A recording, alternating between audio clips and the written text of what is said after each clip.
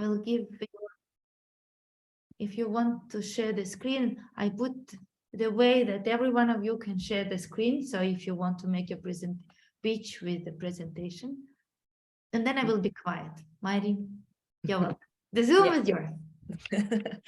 Hi, everybody. I'm very happy to have some familiar faces here. First of all, hi, everybody who knows me. And then I'm very happy to help you prepare for the grand finale. And in general, if you don't get to the grand finale, then also don't be sad, because pitching skills in that sense are useful and necessary, and the feedback is anyhow useful for everybody. I just was thinking that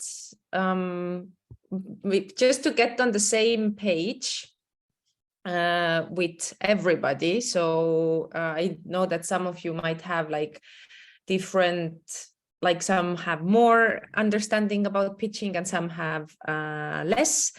Then I would like you to either speak, let's do like 5 minutes of getting on the same page about like what is pitching, and getting all the same, all the knowledge to the chat, for example, or verbally spoken, and then we get to the pitching. So it's kind of like a warming you up. So maybe somebody's very scared or worried what's going to happen here. So then we are like a bit warmed up and getting to know each other. So I would like us to discuss for a couple of minutes per topic. What is it that we need to keep in mind or know about pitching? And the first category I would like you to think about or share your knowledge about is content and structure of the pitch. So if I'm gonna like now come to you and be like, hey guys, I need to prepare my pitch for next week, what is the knowledge and wisdom and advice you can give me regarding the content and the structure of the pitch? Then what is the advice you would give me? What do I have to do? What do I have to write? What do I have to say? Like, what is it that you would tell me? And you're free to use the function of the chat, or you're free to use also speaking as well. So what's the advice that you can give me?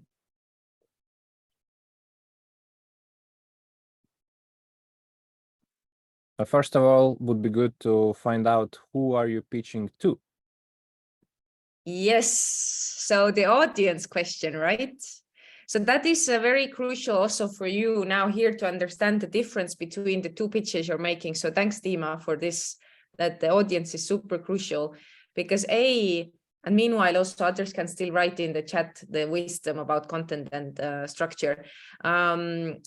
The difference between those two things that you're going to be doing, the 7-minute pitch that you do for the expert committee, that's where you're going to be probably, like that's where the decision is going to be made. Are you getting an investment? Are you getting an award or not? So that can be way more, or there you have much more time to get more specific, to give more detailed numbers, projections, tell like a longer story about like how your product came to be, how it's unique, all these elements. And you have to convince that this is the thing that they should give money to, because you're gonna be like making mega waves in the startup scene in the near future after you get that funding, right? And then the 3-minute pitch you do on the finals, which is on 14th, by the way, not on 15th, is for more for the general public. And that's also what Jana said, that like nobody's gonna give you a check for any type of money there, but that's your moment of kind of like asking something. Maybe you're looking for test customer, pilot, partners, new team member, visibility, Instagram likes. So that's also the place where to say it out loud.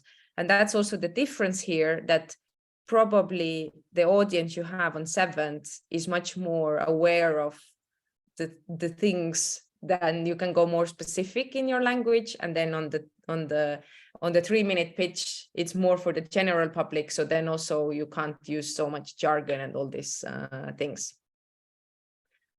All right, so thanks, Dima, for that. So also we have story, we make it clear and simple, follow a common structure, use pictures, graphs, illustrations. Yes, yes, yes. Anything else that, like, I know there's like a lot of wisdom you have, but you're kind of lazy of giving it to me. You're leaving me out in the rain, hanging with no wisdom on how should I prepare my pitch, guys.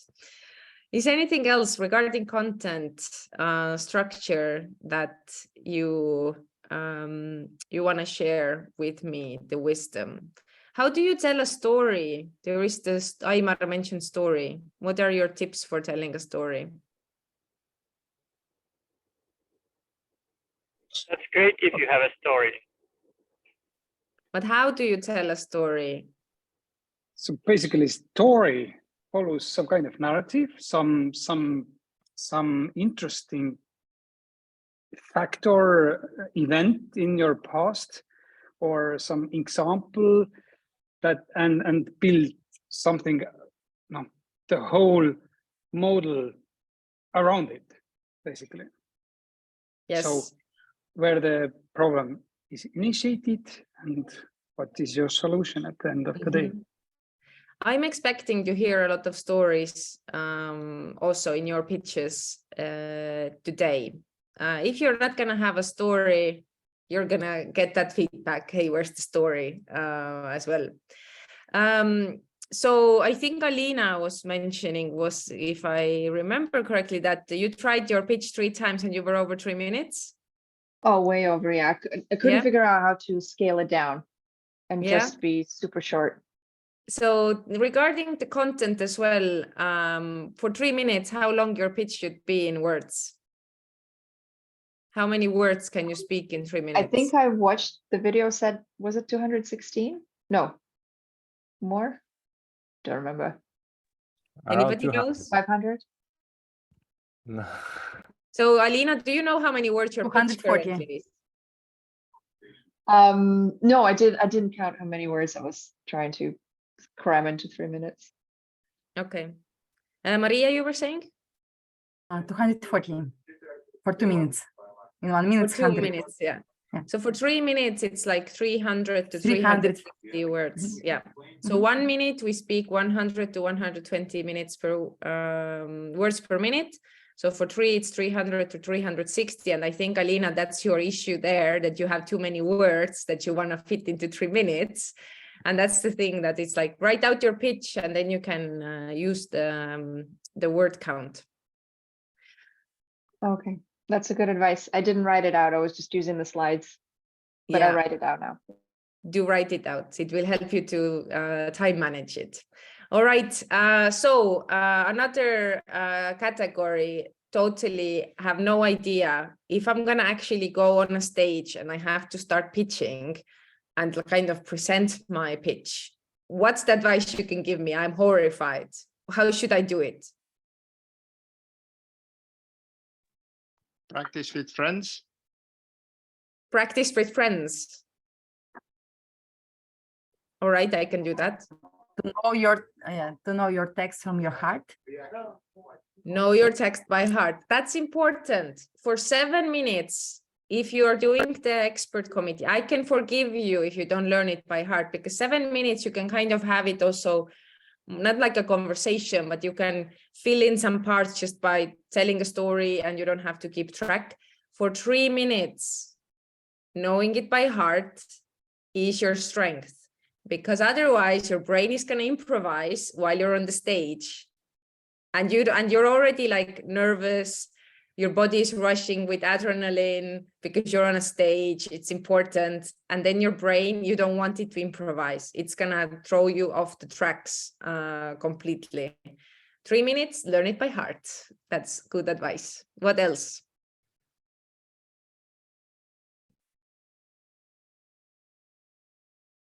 Should I be confident? Should I believe in my idea? Yes. Yeah, you should believe your idea. Yeah. Has anybody ever seen somebody presenting and then you can tell that they're not really confident in what they're saying? Anybody? Has anybody Yes. ever seen somebody presenting something and then you can see that they don't really have the passion for the topic that they're presenting, that they're kind of just like, yeah, I just have to be here, but I don't really care about the topic. I saw many times and people reading from a page on the stage, Yeah. and sometimes it's surprised. Yeah. And also, if you Mhm. read from a page, you can't really give passion because what are you like? Your paper is getting the passion for you? No. So that's the thing also that I'm giving myself now this advice here that or like for you guys mostly, that we do have to find bits of confidence and pieces of motivation and the spark in our eyes when we go on the stage, when we're pitching, because you all have seen people who are not confident, and you all have seen people who are not believing in what they're saying, and it's visible for other people. So that's the thing, that you don't have to come and tell me that, hey, I'm not believing in this idea. I can see it if you present it in that way. So that's also the thing for the delivery part, that we have to kind of like be like, I'm here, excited about this idea. You have to hear about this. It's the next big thing, and eyes sparkling and confidence also coming through you. Any other advice for the stage performance part? I would say breathe, and also have pauses. So instead of this like just have a silent pause, and that will help you also like to reset your brain. Yes, try to get rid of empty words and fillers just with sounds. That is probably more comfortable for the audience to listen. Was there somebody else trying to say something? Nope. All right. Then I think it's time to start pitching and see if you are implementing all this knowledge that we've been here sharing. So how it's gonna go is that based on your voluntary order, it's not mandatory, that if you feel like you don't wanna do it, then you don't have to. Then, okay, I see we already have a queue, which I love. So we're gonna, I have 3 minutes on the clock, and I'm gonna stop you at 3 minutes. And then it's your moment of understanding, am I going overtime? Why am I going overtime? And all that. Then the task is that it's not like this moment of oh, now let's see Mayri doing all the work here and giving feedback, but it's your task also to make notes on the pitch and give feedback to others, because the more you hear other people pitches, the more you kind of analyze them, like you listen with like intention. Where am I losing my attention? Where is it getting boring for me? Do I see a story? Is this story impactful? Do I like the story? Am I feeling that, oh, wow, they're doing such a great thing? Or you're like, oh no, this presentation, like it was really badly presented. There was no passion. The more you analyze others, the more also you can kind of like convey or like bring out the things that you would like to do. So I do invite all of you to be like, with a pen and paper or whatever digital tools you want to record the things that it's like, am I understanding what's the problem that they're solving? Can I read, like tell it afterwards and all that? So you're also actively now asked to engage in this task. And I guarantee you, the more you hear pitches, and not just hear, but the more you're trying to, in that sense, analyze them, the more you understand what's my style of pitching. what do I like to do? Do I like to tell emotional stories? Am I more like I'm gonna crack them open with a joke type of a person, or how is it gonna be most comfortable for me? And if you have anything to show as well on a slide, you're also free to do that. Do you have any questions? Nope. All right, so we already have a order. Harold and Kaia, can you also put the raise hand function, and then we have the queue appearing there. So far Vlad was fastest to raise hand, so I give Vlad the speaking rights, and we hear. Sorry, can I be second, because I cannot find my deck. I'm trying to find it on the iPhone. Okay, can I be the second one? Thanks a lot. Okay, so that's the problem of like phones when they have like 1 terabyte of memory that you can't find your slides there anymore. Okay, so then Vlad is second, then Joseph, do you want to be first? Yeah, sure. Let's. Okay, I'll go on ahead and share my screen. So everybody who's in the queue also then be looking up already for things that you would want to show. All right. Can you hear me? Can you see my screen? Yes. All right. So I can start? Yes, ready when you are. Okay. I'll start my clock. Yeah. Hi, everyone. My name is Joseph. I'm a founder of Cool Arctic, and we capture CO2 emissions from ships. The problem. There is actually a new regulation coming from actually in a couple of weeks' time, and it's a carbon-based regulation for the shipping industry, which will result basically that per ship, on average, ship owners will have to pay additional up to €500,000 per ship annually. So it's actually a dramatic cost increase for the ship owners. But when you look actually at the industry, over 90% of industry has no solution. So we actually developing a solution to help the ship owners reduce its carbon footprint without changing any operations and dramatically reduce their costs thereby, but also potentially generating additional revenue through selling avoided emissions certificates. Why now? As I mentioned, it's actually the regulation is coming into place in a couple of weeks' time, and it's basically really getting a hot topic in the market. In terms of market validation, so we already, probably you know we are quite early stage company, but we already have a couple of potential interested customers that are based in Estonia.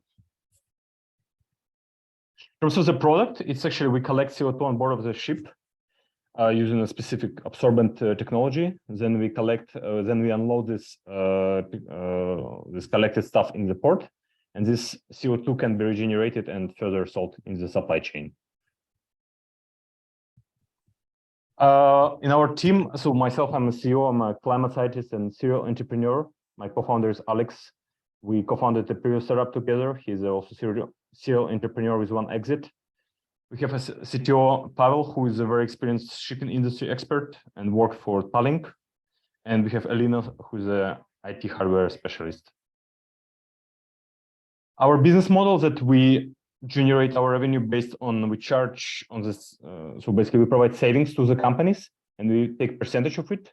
And there are 3 other mechanisms where we can generate revenue. There is competition out there, of course, in the market, but with our approach, we can get quicker to the market with lower capital intensity and provide additional benefits for the environment. Currently, we are raising 200K to develop a lab prototype, and then we will raise 1 million to develop a full-scale on-ship solution. Thank you very much. Cool Arctic, we capture CO2 emissions from ships.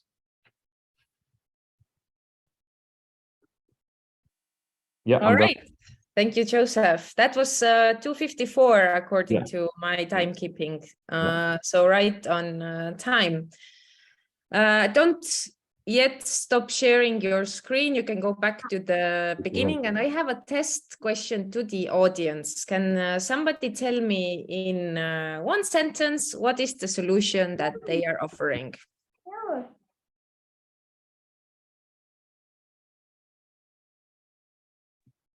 They are offering this kind of filter or collection thingy that collects carbon emission for the ships, like goes on the chimney of the ship, if I understand from picture, and then you don't release it to environment. Did They you take away the bird. They take away the burden to be carbon neutral. No hassle with paying somebody to measure stuff and count all the carbon particles. They just take care of it. Okay. Any other thoughts on what they're doing? Somebody else? So I can, okay, Harald and Kaia. Kaia. They are filtering the smoke on the ships. Okay. So I heard it for the first time. I think I might have seen on Facebook also the description of the idea. At this very moment, I have like no idea what you're doing. Like I understand that you're doing like carbon capture, or you're like somehow helping ships on something about CO2 emissions, but I'm super confused. Is it an app? Is it a digital solution? Is it the hardware that you have to put somewhere on a chimney? I have no idea what are you doing. So if you go to the beginning, actually to the first slides, so I'm just gonna jump into the feedback.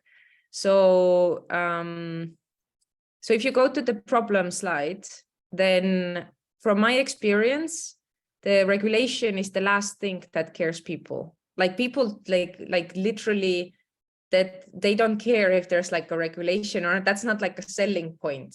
Because at some years ago, I was trying to sell out, like I was trying to convince ministry to do things because I was telling them, hey, the regulation needs that. And they were like, we don't care about regulation. And they're like, you're a ministry. That's what you should care about. So I would kind of like the problem how you're telling me, I'm like, I do not understand, because I do not know what type of ships are you talking about. Are you talking about cruise ships, cargo ships? Are you talking about Tallink? I don't understand how the system is currently working and how there is a problem, and then how are you necessary. So I'm missing some sort of like storytelling that you would describe to me that, do you know that Tallink runs like this amount of like rides a day, or the ships a day, and then that comes with an obligation of like, I don't know, doing something with carbon emissions for this amount on, they are in a pickle because there's no solution. And that's how we come in. Cool Arctic does this. So I'm kind of missing the context. Like you're just throwing at me a lot of facts, and I'm just like, but I don't know how this, like, where, what are we talking about? Like, I'm very, like, at least I was personally very confused from the beginning. And then you went to the solution. And then if you go to the solution, then for me, it is not a solution. What I'm looking for in a solution is you saying, our solution is a filter that you put on a chimney and then it does this. Our solution is an app that does this. Our solution is a platform that does this. So I'm looking for one sentence that could tell me what is your solution. And then this is features, in my opinion, or like kind of like the benefits of your solution. Not like try to add like also this one sentence about like our solution is, and then you can say that, like, I feel also your order of the pitch was a bit like it can be streamlined better, because here after you say our solution is, and you say whatever it is, then you can show the product slide and say, this is our product, how it looks like, or this is how the journey for the user is going to look like. Then it would make sense more to go to do the competition, for example, of like, what is the competition doing now and how you're better, and then maybe talk about the things we are seeing now on the slides. And then perhaps it would make sense to talk about the business model and say like, this is how we charge. This is what our next steps are. We're currently raising 200K. And then the last, I think your team also in that sense was at a, it just kind of like was eaten up by the whole pitch, that it would make sense if it's more like at the end that you say that we have a very capable team of making it a reality. We not have the field expertise. We have all the IT hardware skills and all that. So, and then you kind of can come to a strong closing and say what is the ask that you're looking for.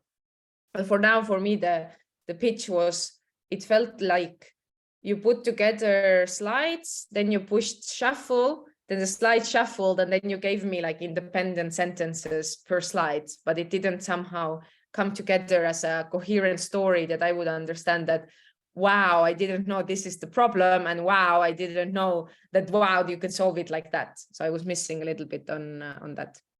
Okay, thanks. Does anybody have also something else to add? Or you're all like, oh my God, this is so scary. What is Mayri doing?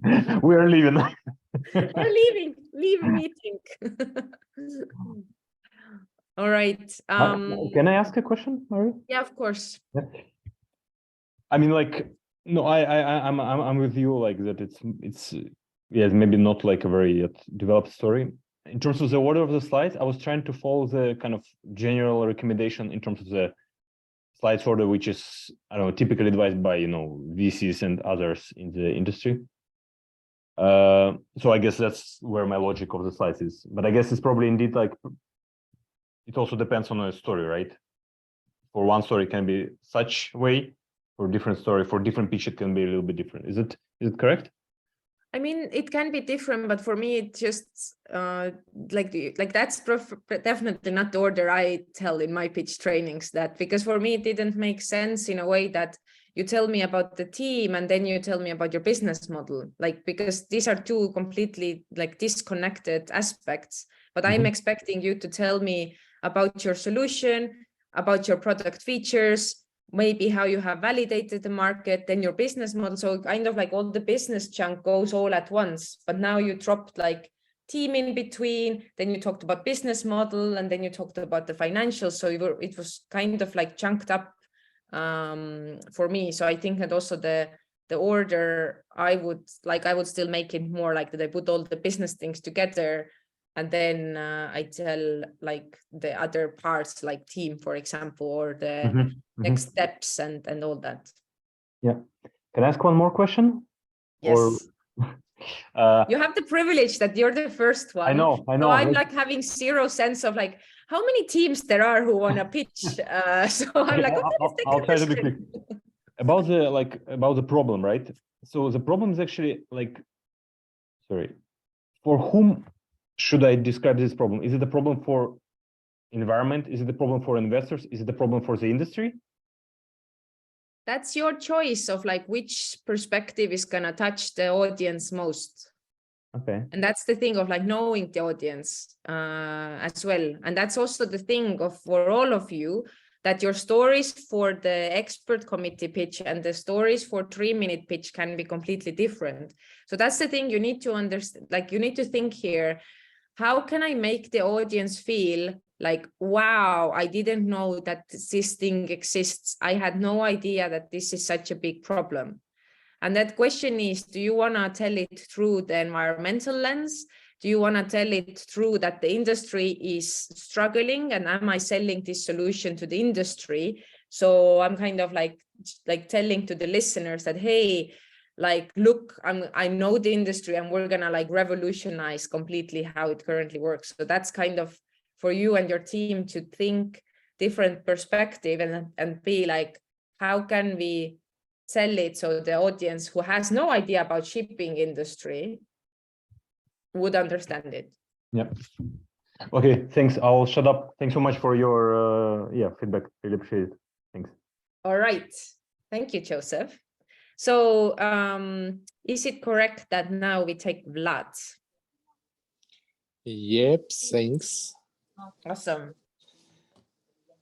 Okay. Also, by the way, everybody, you are totally free to also give verbal feedback, written feedback to others as well. I'm not some sort of like telling truth here. Like the things can have many perspectives, so you can also disagree with my opinions. That even makes it more exciting to show how subjective pitching actually is.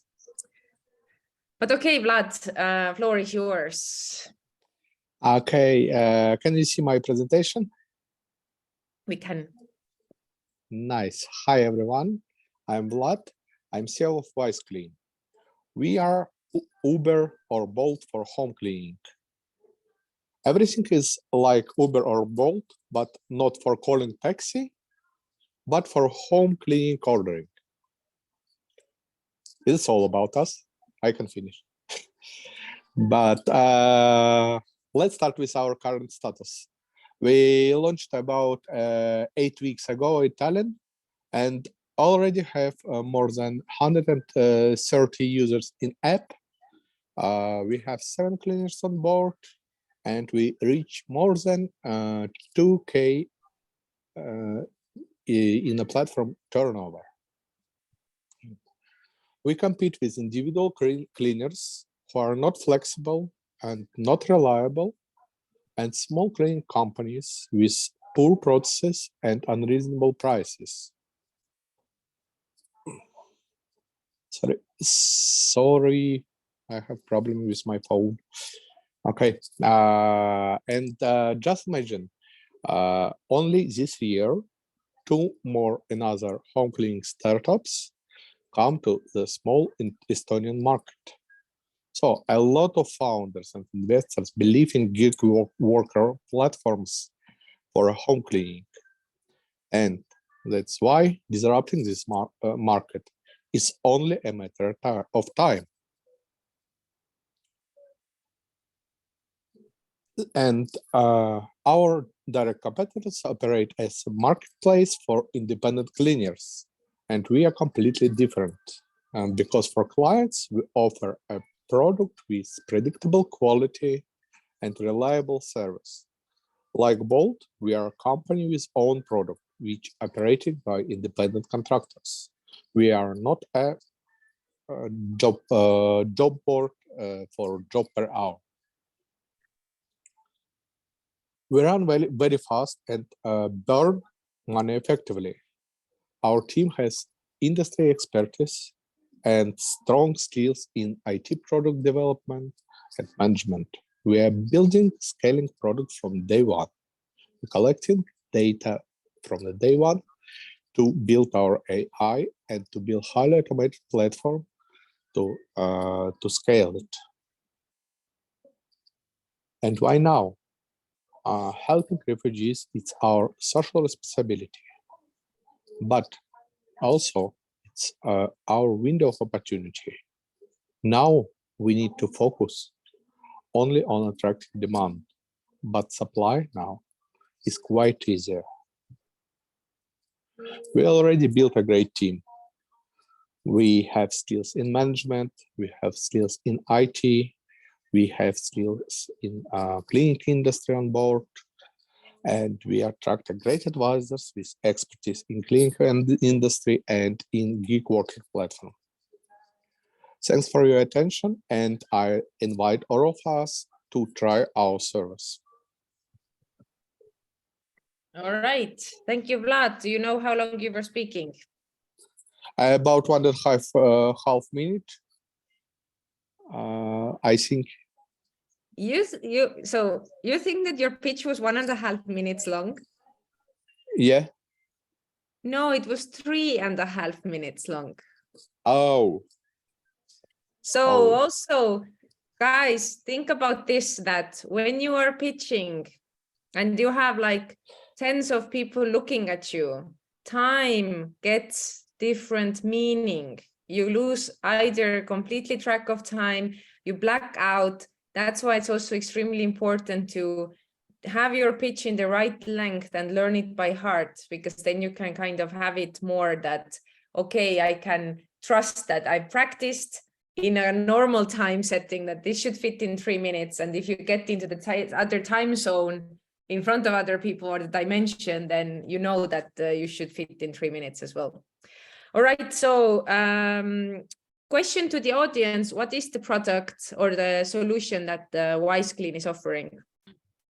It's an app for cleaners to clean your house, office.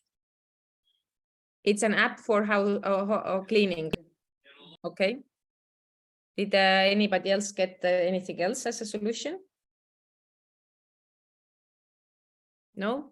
Okay. I think it's an app connecting cleaners and those who want cleaning. Okay.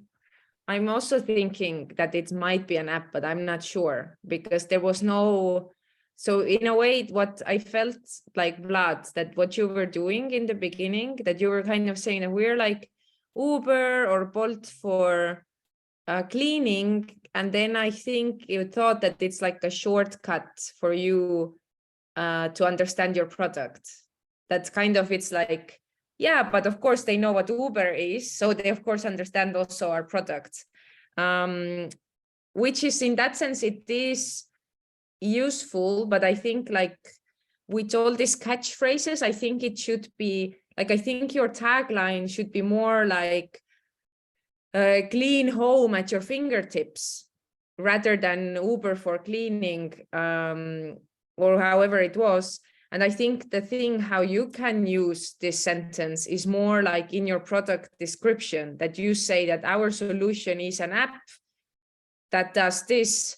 Imagine it like Uber for cleaning. So it's more like in the story, it can help to give you this like illustration. But I think that your tagline should be more around, yeah, exactly, like clean home at your fingertips. Like, I will give this sentence for free for you. So what I was missing, or what I was kind of feeling, that how you put together your pitch is like, okay, so we have already launched, we're super great in what we're doing. Let's just tell people how awesome we are, and we're gonna blow their minds, and they're gonna just throw money at us. What I missed completely is like a story.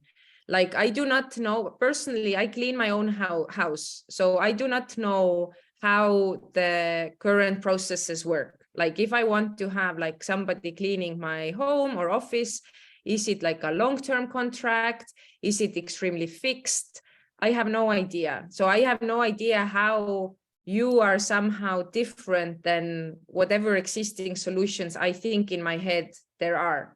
So what I would still want you to do in the beginning is describe me a little bit the problem, or describe me like a thing that, like, you know, like December is coming and it coincides that it's your birthday and then your child's birthday, and then the house is just a mess, and you are like, okay, I don't want to clean it myself. I want somebody who I can trust to come in a trustworthy place, and then that's why we need WiseClean, etc. So I mean, like, paint me a little bit of the picture of the problem that you're solving, because at this very moment I do not know. I know you have a lot of traction, I know you're at the market, I know you're making money, but I don't know why you're making money. Like, why are you better than other cleaning competitors? Do I make sense? Yeah. Thanks. Yeah. So I would say, tell us a story, describe me as the problem, then tell our solution is an app that does these things. And then you say, we launched actually 6 weeks ago, and we have amazing traction, and we have achieved these things in this short time. So we have validated that this problem is existing, and we are the right people to solve it. So tell us a little bit this story. Question to the audience: how did you feel and think about when there was the slide, why now? And there was a heart with Ukrainian flag colors and kind of pointing that there are a lot of like women in a working age, like free, and there's like this labor market crisis a little bit. Like how, like, did anybody notice anything about it? Did you get any thoughts or feelings about it? Or you're kind of like, yeah, it's fine to tell about it like that? I got a sense that it's a social project partly. That's the mission, to help to solve that situation. Okay. Anybody else had some thoughts? Like, did you find that it was Maybe like, I'm a little bit negative, but for me it was a little bit cheesy. So like, I'm happy to hear others, because also that's the thing, that it can go in both ways. For some people it can be like great, for some people it can be like For me, the feeling a bit was, which I also feel with for example, people who have been are like war refugees, that they had some careers in Ukraine and they are trying to be teachers or nurses or doctors, but then there's like local legislation often doesn't allow. And then I somehow felt that even though we shouldn't be looking at a cleaning job as some sort of like a lame job, because back in the day, I also have been working as a cleaning lady, and it has been one of my favorite jobs ever. To this day, I must tell you, it was amazing to be at people's homes and clean them. So you see instantly results. I love it. So anyhow, but I kind of felt that we have like this poor war refugees, and then we're kind of like putting them to work as cleaning staff. So I didn't like, I felt a bit weird with that point. So I'm just like trying to get like reflections from the others, if you had anything like that. So that also would also be something to think about for the others as well. Can I say a thing? Yeah. I think if it was their honest motivation, like from the very start, like to help the refugees, I think it's like applause. If it's the other way around, then it's a different story. I would say so.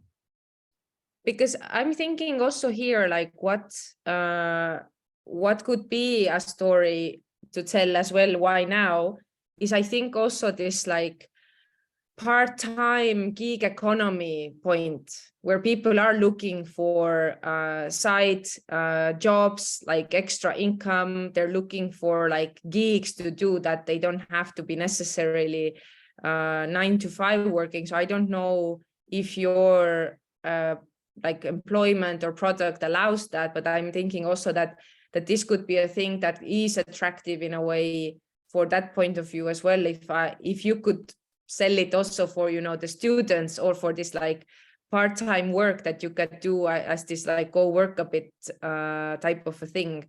So I think that perspective of like gig economy, I make my own agenda.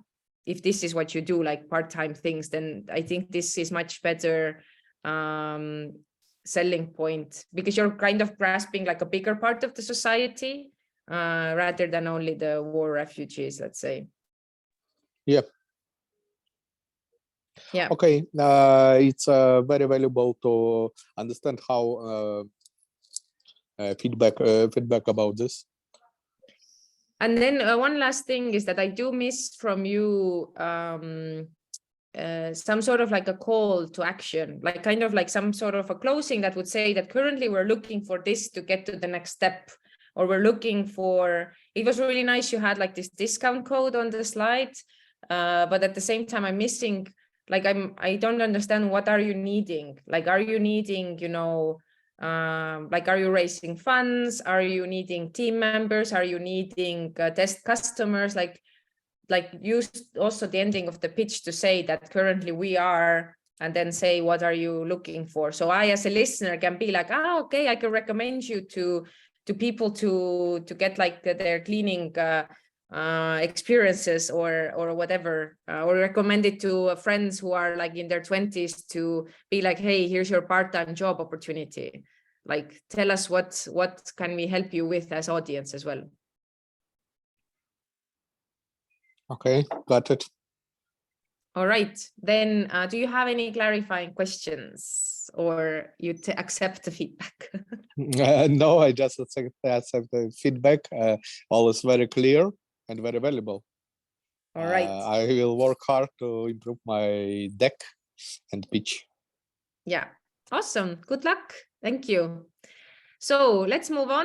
Then we have Maria is the next one holding hands up already very patiently. So you can start whenever you're ready. Okay, can you see my pitch deck? Yes. Okay, nice. Hello, my name is Maria. I'm CEO and co-founder of Snow Recycle. We have developed biomaterials from the bio waste to produce disposal tableware, containers, and packaging. Our biomaterials will save our planet. It's not moving on. Sorry. Our biomaterial will save the world from the plastics waste and the forest from deforestation. Our product 100% environmentally friendly, recyclable, renewable, and decomposed in 45 days. Our product produced from the waste from the grains, juice producers, hemp stems, coffees, and many others. Our competitors are other tableware producers. Some of them still using plastic, some of them replace plastic with paper, pulps, biopolymers. But if to compare all advantages of our materials, we have more advantages. And if to compare the price, our price will be the same or even cheaper for our products. And also the main advantages of our materials, like using our bio materials, we will save pollution for the plastics and the forest from deforestation. And the price, it will be cheaper or even the same due to that, like the waste we will get from the producers for the free, or the some are ready to pay to us if we take the waste from them, because for producers, the waste is a big headache, where to put them. We have a very strong team. Our R&D team, a leading scientist, has experienced more than 20 years in biomaterial science and material science. Me and my colleague Andrea, we responsible for the business part in the company, and we have experience in the entrepreneurship, in the business, and in the production. And also, I myself have experienced the last 8 years in deep tech. Also in cooperations with Riga Technical University, we have tested our biomaterial. We have found all features, advantages of the materials, and also we have found like our materials degradable starting from 250 degrees. It's mean like all products can be washable in dishwasher. Also, we have found for different types of the materials biodegradations in compost, and we already know like some of the decomposed 100% in 45 days, some in 75 days. The market for the tableware at the moment is 29 billion euro. Our business model is selling our product to the wholesale distributors and commercials. Up to date, our laboratory independent test of material done. We have already signed 3 MOU with potential customers and 3 MOU with the raw materials providers. And we already have printed first our cap using 3D printer machine. In the next months, what we need to do, we need to make IP protection certification, MOU with 5 more potential clients, fundraising, and establish small-scale productions, which will give to us a revenue of about 6 million for the first year and the profit about 4 million euro. And yeah, launch our product to the market. Up to date, we're looking for money to complete the IP protection certification. And next stage, it will be 1 million euro for small-scale production. Thank you for attention. Let's start think about our future today. I open to your questions. All right. Thank you, Maria. Do you know how long your pitch was? No ideas, honestly. I haven't counted because I just today finished, and honestly, I haven't think regarding this text. What to say, it just was from my heart, not from my heart, but just improvisation. It was more or less. So it was 3 how long it was? minutes, 30 seconds. Okay, I will use some slides. Yeah, so question to the audience: what is the solution that Snow Recycle is offering to the markets? Compostable tableware made from waste. All right. Did anybody catch anything else? It's printed using 3D printer. Okay. Can you share your slides again, Maria? So if I go from the beginning, then you kind of can you go to the first slide? So kind of from the beginning, you said the first slide, you don't even have like on the first slide, like your company name is like the smallest text on the slide. So usually what you want to have on your title slide is that I see that this is what you do, and then under that you have the tagline or something. So here you're kind of telling that you're already giving us away the solution, which you're making bio-waste into disposable tableware and packaging, which is fine. But then the thing is what happened, that you somehow, I think you wanted to tell us like how like single-use plastics and all these single-use items are a problem. But the next two slides, when you had a nature picture and two sentences at the top, I had no time to read them. And also I had no time to understand the picture, read the text, and hear what you were saying, because you were saying completely different things at the same time. So didn't really, like it went too fast. So I didn't really catch it or understand it. And I think like the problem in that sense is twofold, that on one hand we have like the single-use packaging that you are replacing. On the other hand, there's also the compost that we're making. So I think that there's the innovation element there, that hey, we can actually make something out of the compost. So this our solution slide is not your solution, it's how it works. So your solution, I would still want, like for everybody, if you put into your pitch a sentence that says, our solution is, and then you tell what your solution is. That's why you make it easier for your listener. You tell our solution is tableware that we are making from wastes from different productions. Our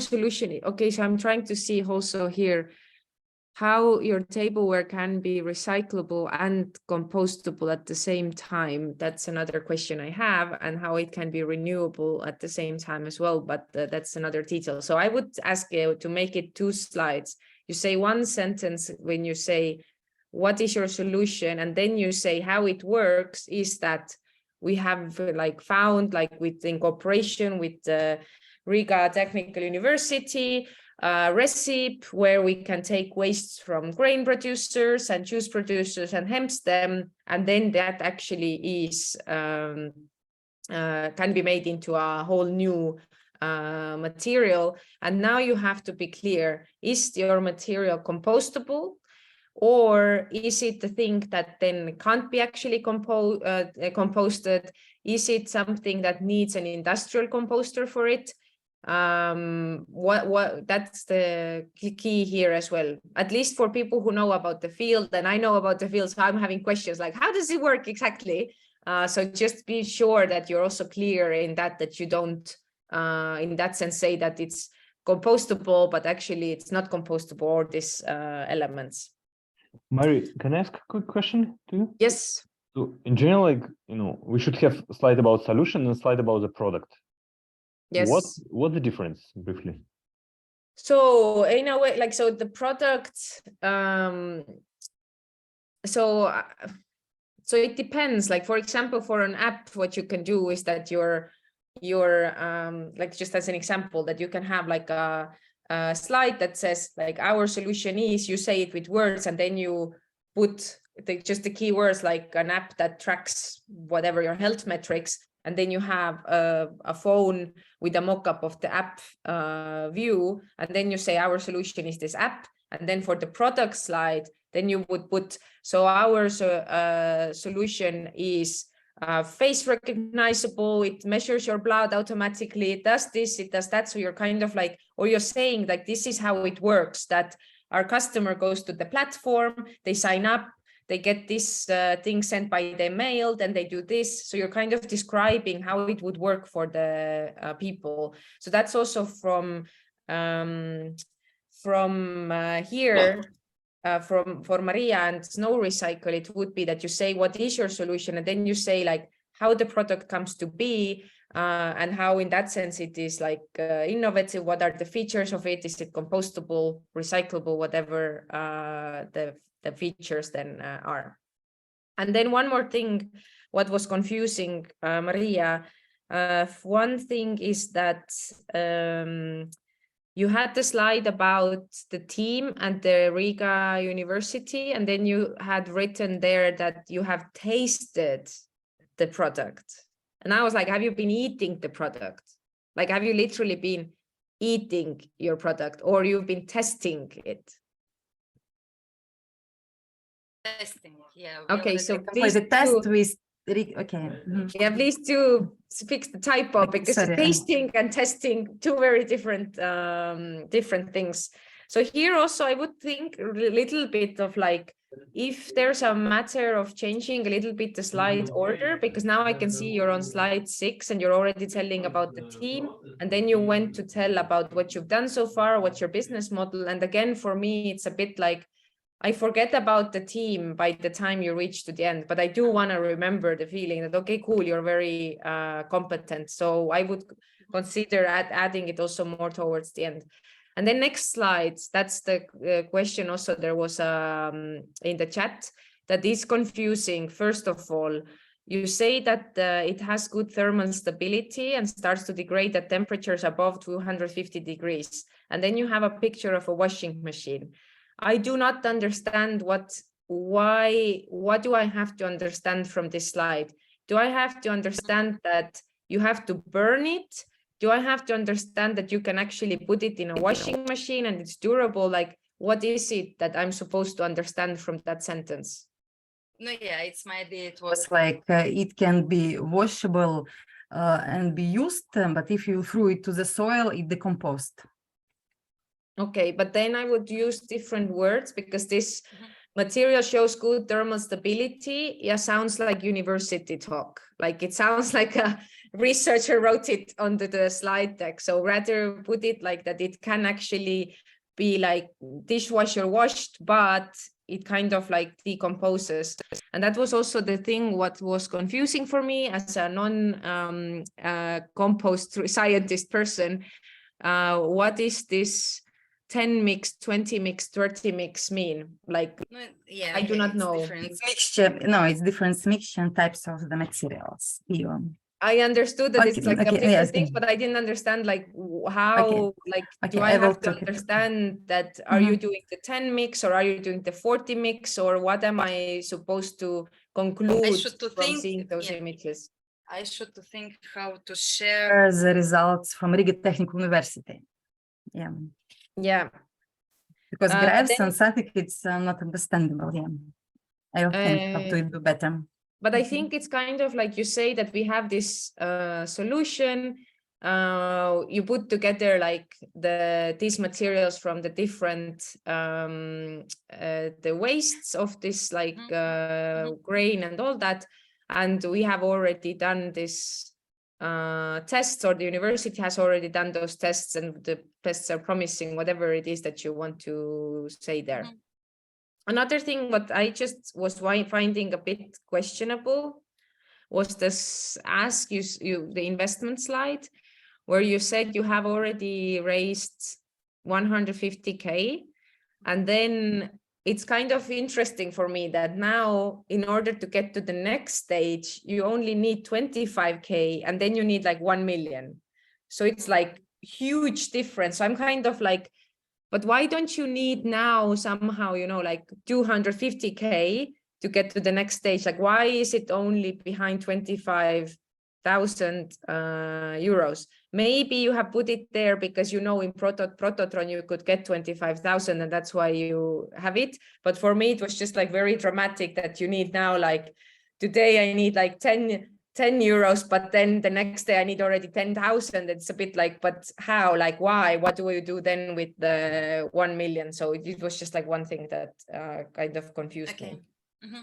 Yes, thank you. But I mean, you can keep it that way, but it was just like I was a bit like, why such big difference in that regard? No, it's like idea, like if to invest 25 to complete IP protection, like the main task for us is to make patent certifications to get to the next stage. And next stage, it's already small scale production. That's why it's such a big difference.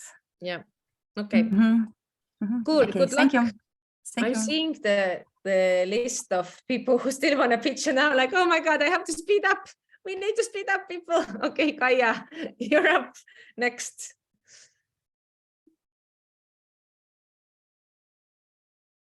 Yes, nice. How does it? Don't leave me soon.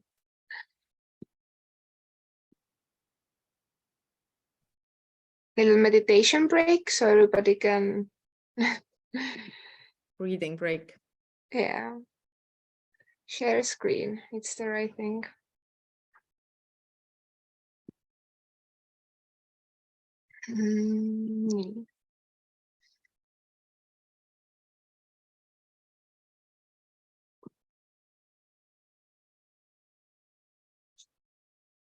So hi, my name is Kaia and I'm from Biogas Collective, and we help you to turn your bio waste into cooking gas in your home and garden. So I'm a biologist and organic gardener and wannabe zero waster. And I also used to work in a startup called Nutriloop as a regenerative agriculture consultant to make the nutrients go back to the soil. So it's my passion to return the nutrient cycle. And the co-founder is Harald Oja, and he's a student of biology and also passionate about the composting and natural lifestyle. So our story is that we bought the ugliest car in the world, not just because it's like so cute and green, but it's actually really green. It's running on biogas.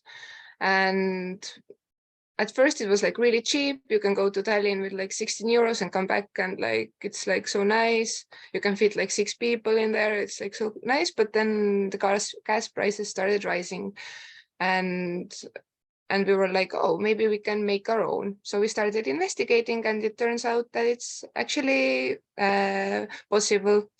So yeah, our problems that we are mitigating are the dependency of fossil fuels because they are pollutive and their prices are rising.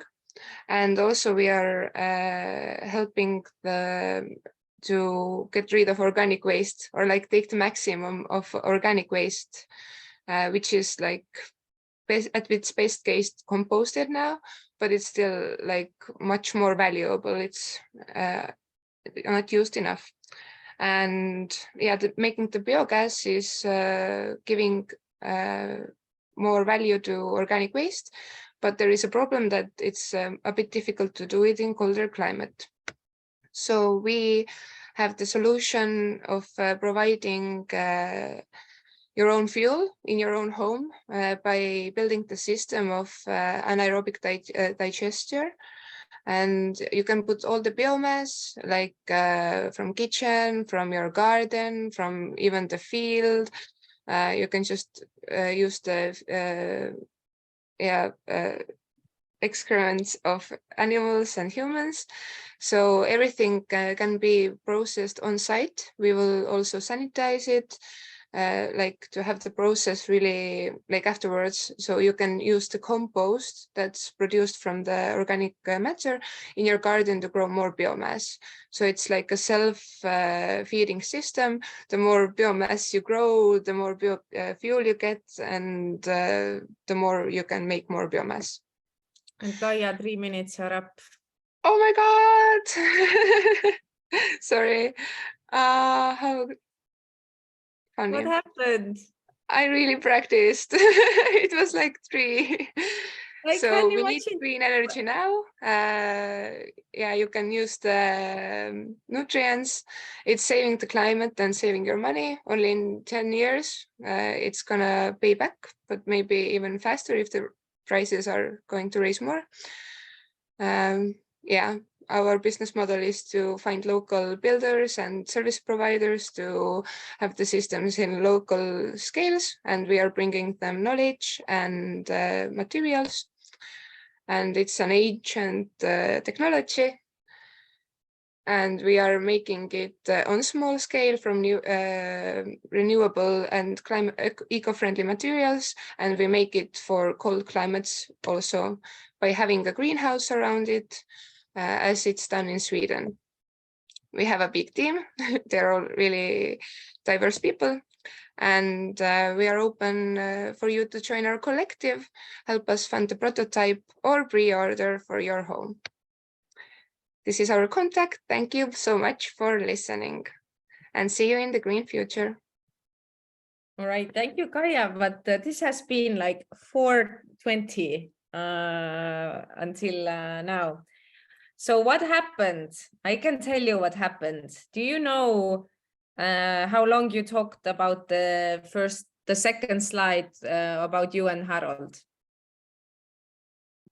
Yeah, I think it's because it's a new thing. I just added it when I watched today your like thing about storytelling. So I was like, okay, I'm gonna tell a story, but it's a long story. So you talked about that part about like 40 seconds. And then when you talked about the car, then you talked about like up to 120 about that. And then when you actually got to the point when you said our solution is, that was 209 already. So what you would need is that you're somewhere around 0:45 when you say our solution is. So what I'm thinking is that since you have, in the end, you had like a whole list of people who are in your team, right? Ideally, it would be like big pictures and names under it, because now it was a bit like, I didn't know what list am I looking at? So it was kind of like hard to grasp. So here you're anyhow talking about the team. So I'm thinking in the beginning, cut Harold, who cares about him? And then you tell your story. That was extremely cool. Like, that's what I felt like. You're like, you know what you're doing, like you are like passionate about this topic. And that's how you also kind of like stumbled upon the problem. And then I really like that you actually have bought the ugliest car in the world, which is so ugly. And then you're like talking about that it runs on gas. It was super cool until the gas prices started rising. But then what you did here, I don't know if you had the text written out, you had a lot of filler words. You told us about like 7 times that the car is ugly. And so like that's the point of writing out the pitch. So then you make like one sentence: we bought the ugliest car in the world, but it drives on gas, which until last year was one of the best decisions you could make, because Tallinn-Tartu you could do around like 16 euros and beat the bus tickets or something, you know, like and you write out one sentence and that's it. You have spent 7 seconds on it. And then I think the next slide is a bit boring because it's, I think here, and you also spent like million time here. So also I would maybe try to find some illustrating pictures, that it's just, as it is now, it's a bit boring. When you were talking about business model, I didn't really understand the business model. For what I see on this slide, I see different stakeholders or your target customers. So the B to G to C to me means to the business to government to consumer. And I'm like, but where's the... No, it's our logo, like abbreviation. Because I was looking for a business model. So I was looking for B2B, B2C, and B2G to C is business to government to governmental. So for me, what I'm seeing is different parties involved in your thing, but I don't see, are you selling something? Is there a subscription model? Is it a one-time fee? Is it like 15 euros per whatever unit? What is the thing, how you make money? Here's like how you, like who are the parties involved in your business or who do you need? But I don't understand how do you make money. That's it. Thank you so much. Good luck. Try to stick to the time. Oh yes, I will write it out next time. No information. Yes, everybody, please. I hope you're making notes and being like, okay, I should write it out. All right, then thank you, Gaia, and we move to Alex. It seems Alex is ready to rock and roll. Yep. All right. So, okay.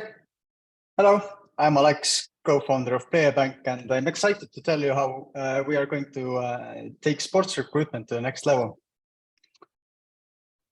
In Player Bank, we believe that every talented player should have the opportunity to play in the best possible club.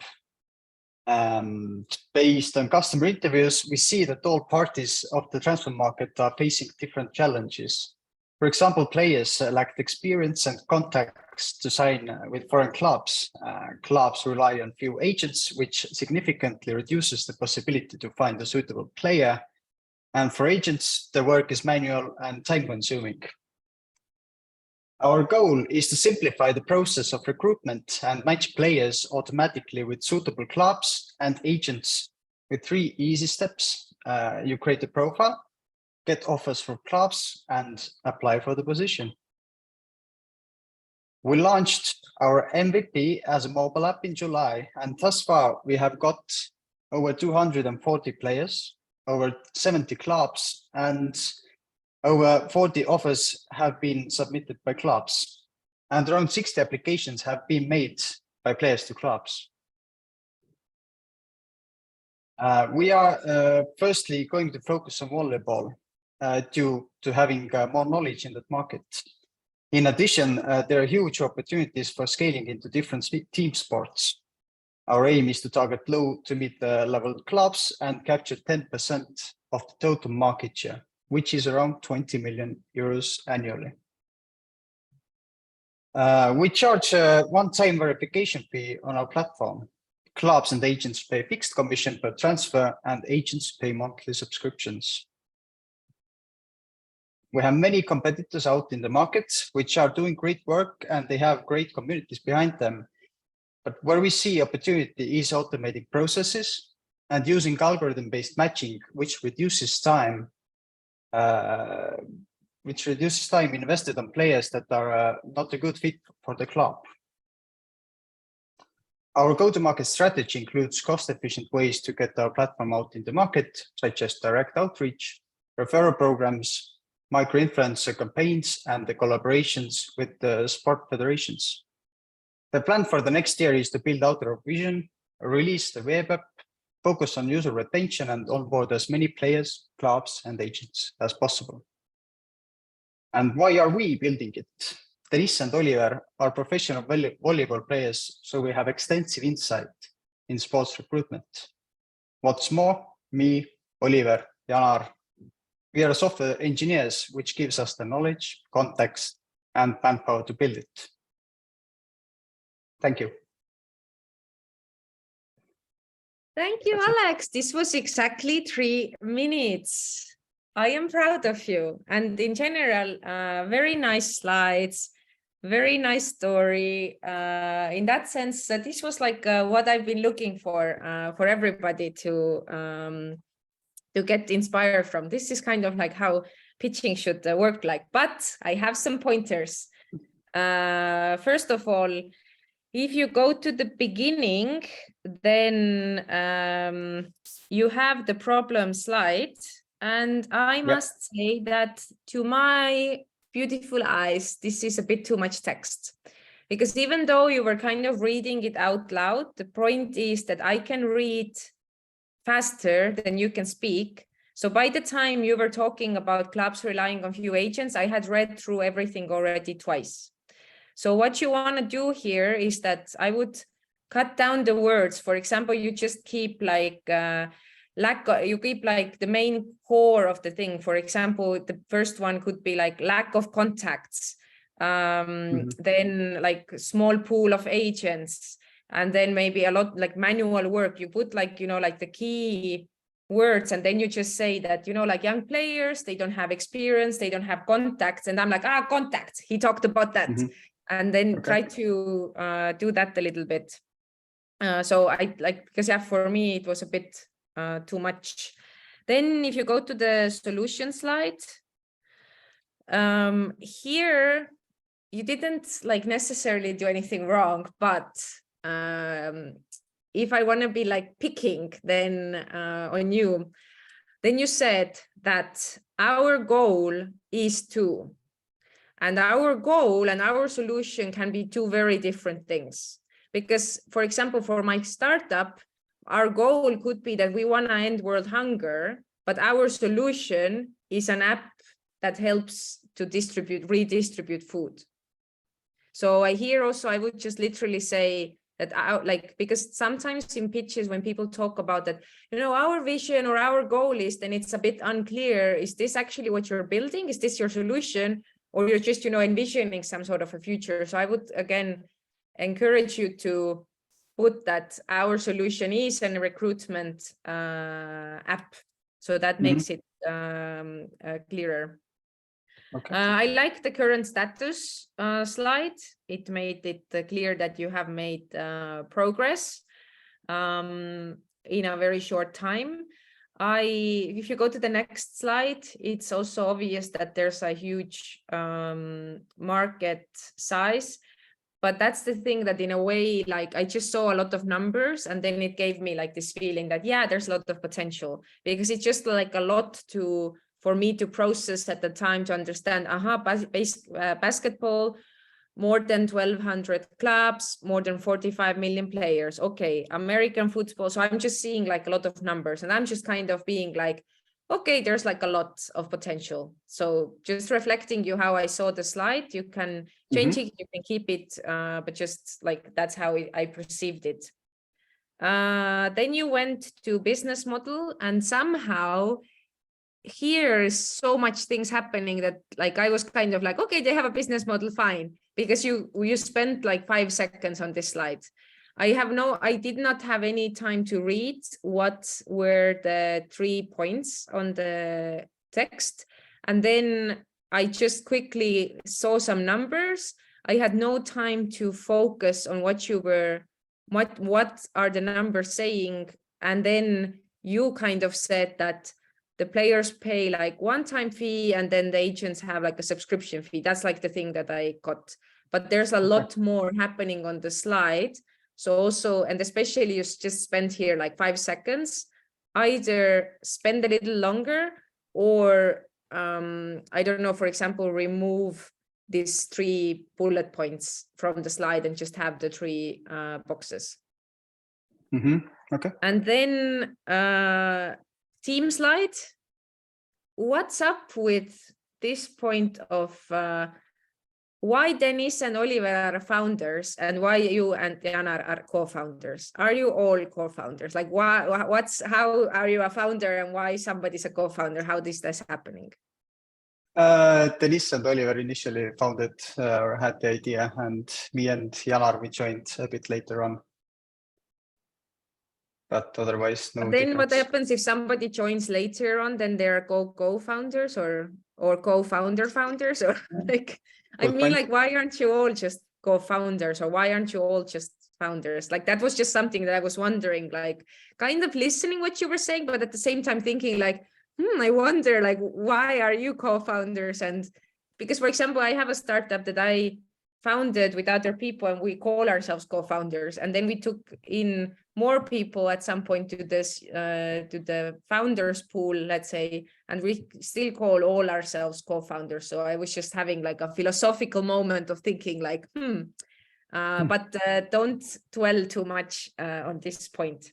And my last comment, and then we move on, is that you kind of, like, I felt I was a bit, like I did feel like a bit, I was on a journey that I kind of enjoyed, that there was like, it was like a nice, smooth ride, but I also felt like I was on a little roller coaster that you kind of like did like, but what I mean with that is that your slide was kind of like this little jump that you were kind of saying that, yeah, in our team, we have Denise and Oliver, who are professional players, and then me and Janar do these things, and we are really great.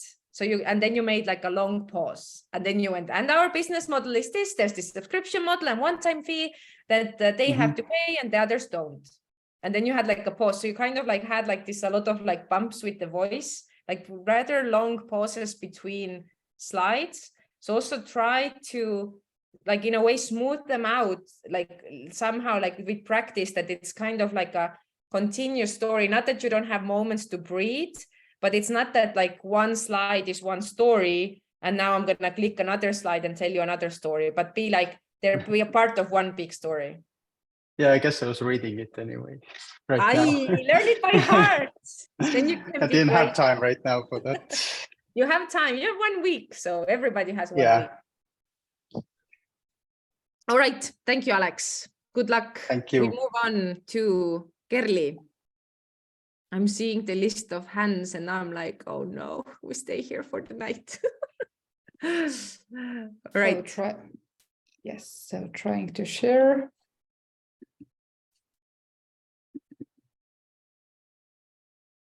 Okay, sorry. Unfortunately, it's not allowing me to share. But it should be on the settings that everybody can share. Yep. So can I ask for maybe Andres to go? I will check because it's the Macintosh, so it's putting me to the system. Macintosh. Yeah, I will be next one, so I will figure this out. Okay, Andres, are you here?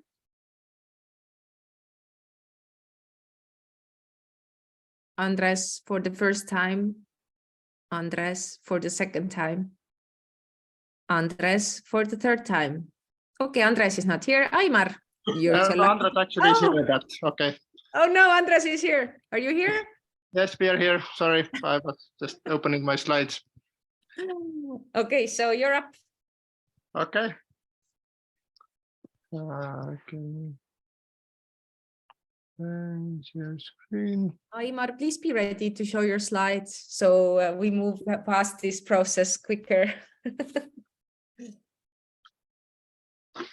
Okay. Hello. Hi. We are Andres and Oscar from Kinola team. We are from Tartu. Our software is Kinola, which is meant for small art house cinemas. We are ourselves also. We have worked many times in a cinema called Elektri Theater in Tartu, and we felt the need that there should be a better solution for all the work that we do, for all the Excel tables that we do, and we looked around, we didn't find any good solution, so we decided to do our own. It helps cinemas with all this back office work that they do, from ticket sales to program planning to reporting, that is daily part of the work and often is very manual. And so it's for cinemas who want to work smarter and not harder. We have been already developing it for a few years. It's in use in our own cinema and also in 4 cinemas in all around Estonia, 4 in total. And we have 2 in the process of being added at the moment. So by the end of the year, we'll have 6 cinemas using our software. We've seen that there is very real need for the software. that by just having few interviews and having some discussions, we already have about 20 cinemas all over Europe that who are in the waiting list, who really want to join as soon as we are able to let them in. So we see the market is very friendly and acceptable. Our solution is web-based solution. So it's like web-based solution, as most of you do. We sell it as software as service.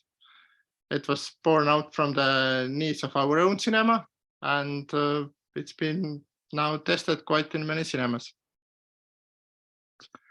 Our business model is that we ask monthly fee from the cinemas.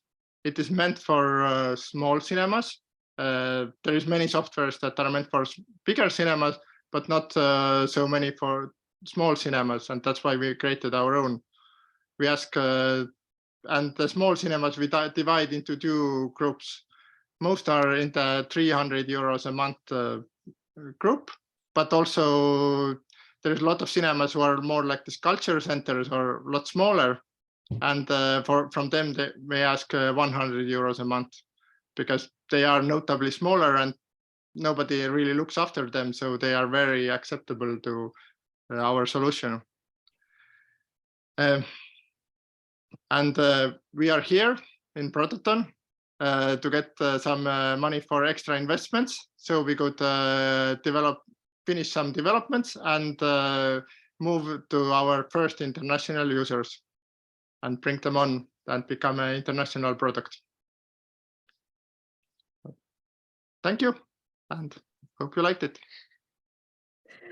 All right, thank you, Andres. It was 3 minutes and 8 seconds, but you're about to lose like 4 seconds because you kept silence before you said thank you. All right, so let me go to the beginning and did I understand correctly that both of you have been actually working in a cinema? Yes. Both of you have been doing some sort of scheduling Excels? Yes.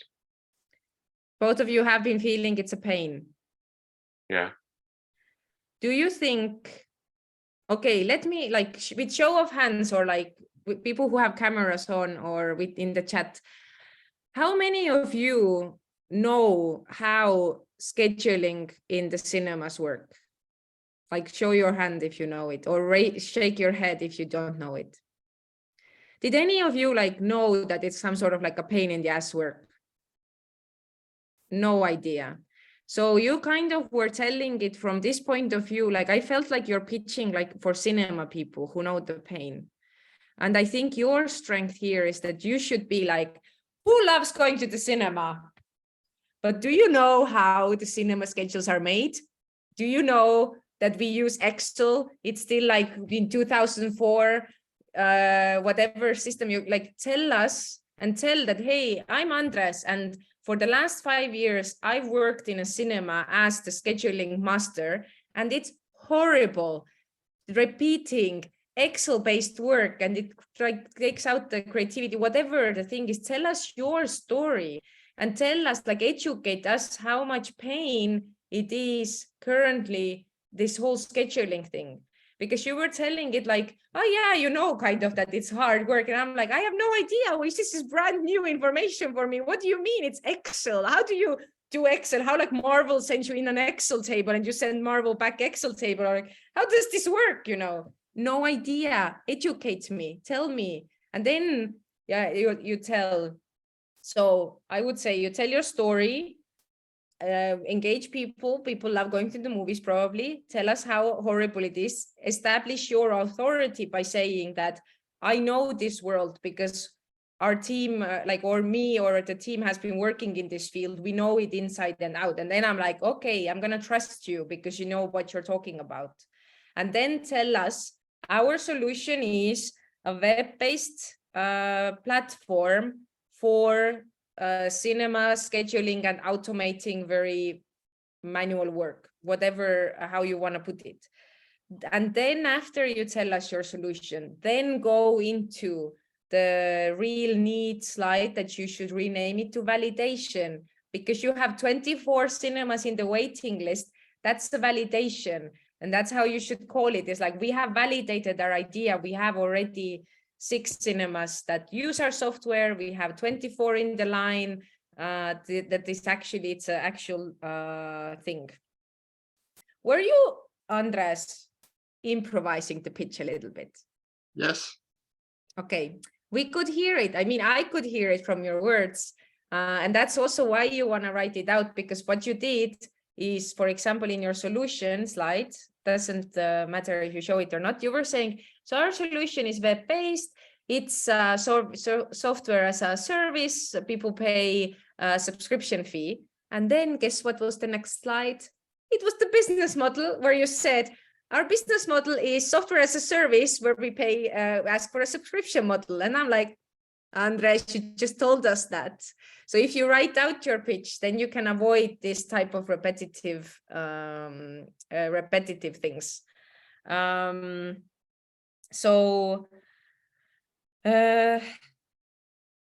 Yes, so that's my main thing. Like maybe instead of problem here having a person smiling, have the other picture you had with the papers on the table with that seemed like a crazy scheduling mess. I think it was in the next slide or somewhere. Yes. Yeah, that one. I guess that has something to do with cinema work. So I mean, like show us the pain in a picture rather than a happy person. Because if you show us a happy person, we don't see that there's a problem. But show us the pain also in a picture. Okay. Do you have any questions or comments on your oh no? Not too much. Yes, we were improvising because we've been changing slides a little bit based on the feedback. Okay, cool. But, I've been wondering if you've been doing this like everybody, you're doing this at the background. One thing also, did you talk about your team? Not as much as I planned. We also came in a little bit put that also unexpectedly with the 30 seconds. Yeah, that threw me a little bit off, but yes. Put your team also in. All right, that's it from my side. Good luck. Okay, thank you. Awesome solution for a problem I didn't know exists.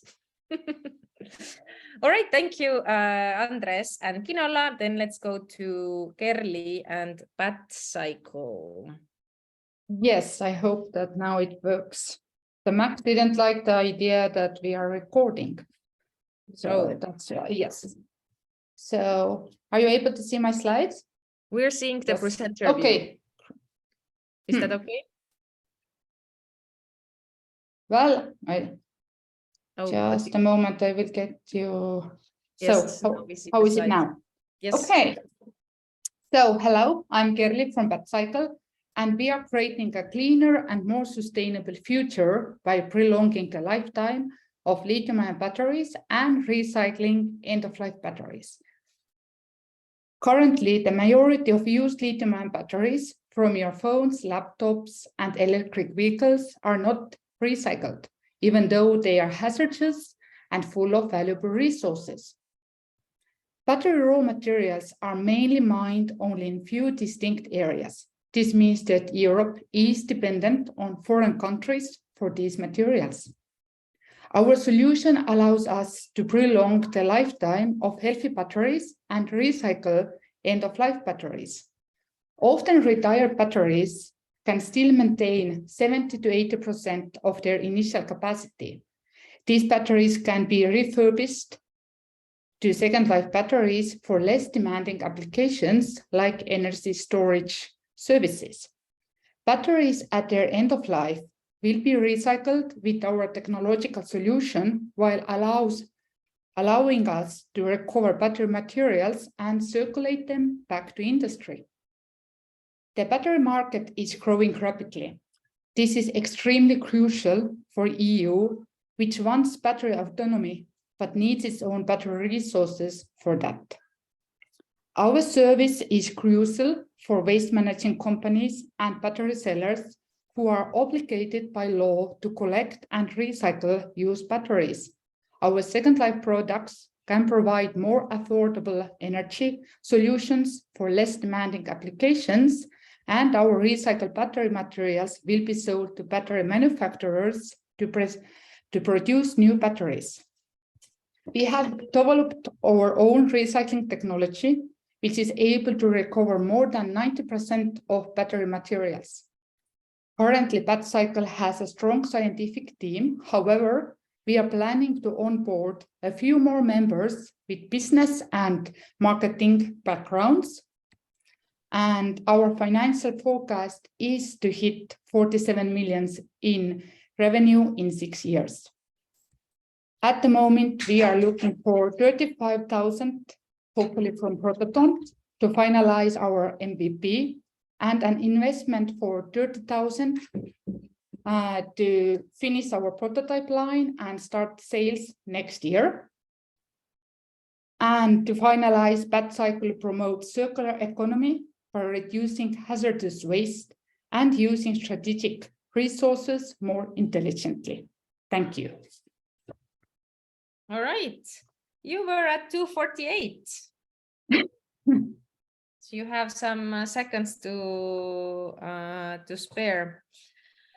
I like the problem statement and how you were kind of telling it. I think also another option here would be to, because like if you're talking about batteries, I think on the picture you had like this AA type of battery somewhere.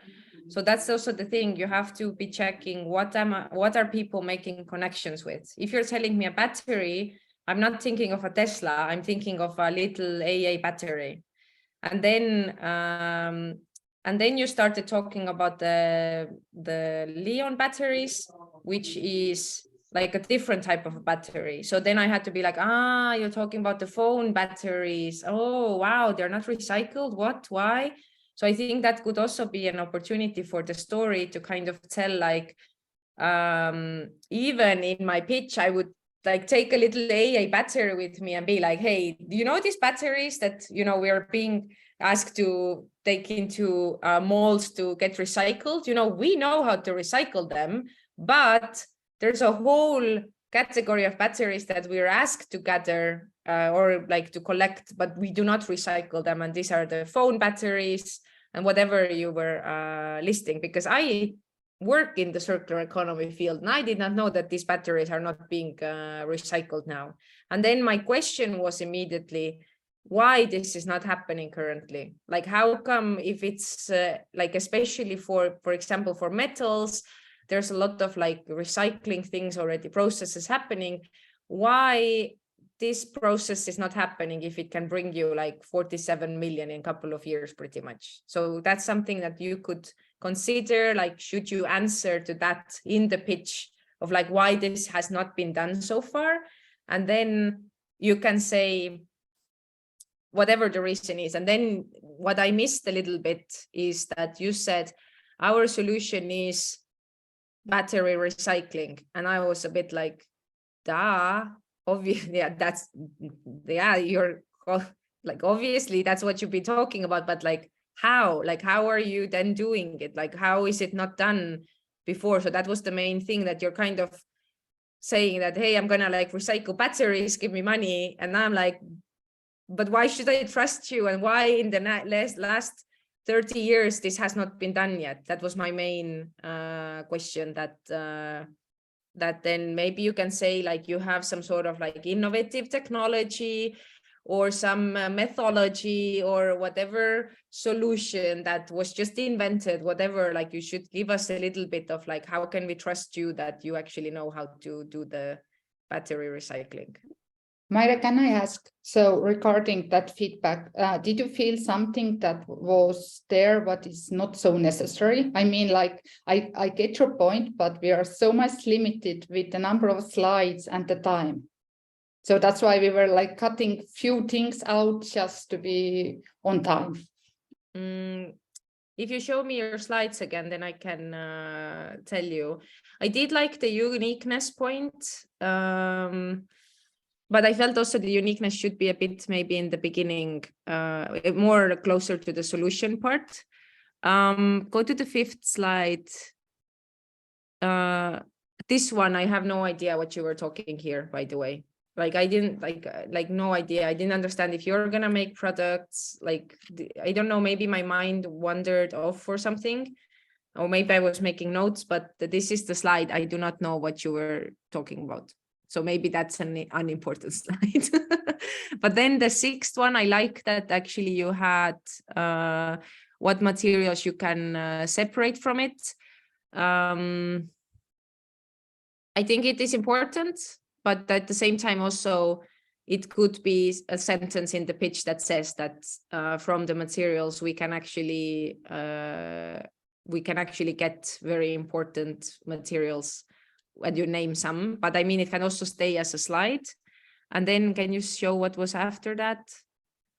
Well, the market one makes sense. I would say it's okay. I think this is also very fine. And the unique, I would say that's the thing I would go for. I would say our solution is battery recycling, but you have to get more specific, because it's obvious that you're doing battery recycling, but I want to understand how you're doing it and why others are not. And then that's the thing of, you say our uniqueness is that we can recover more than 90% instead of what is others then recovering? Are they recovering only 40%? Are they recovering 87%?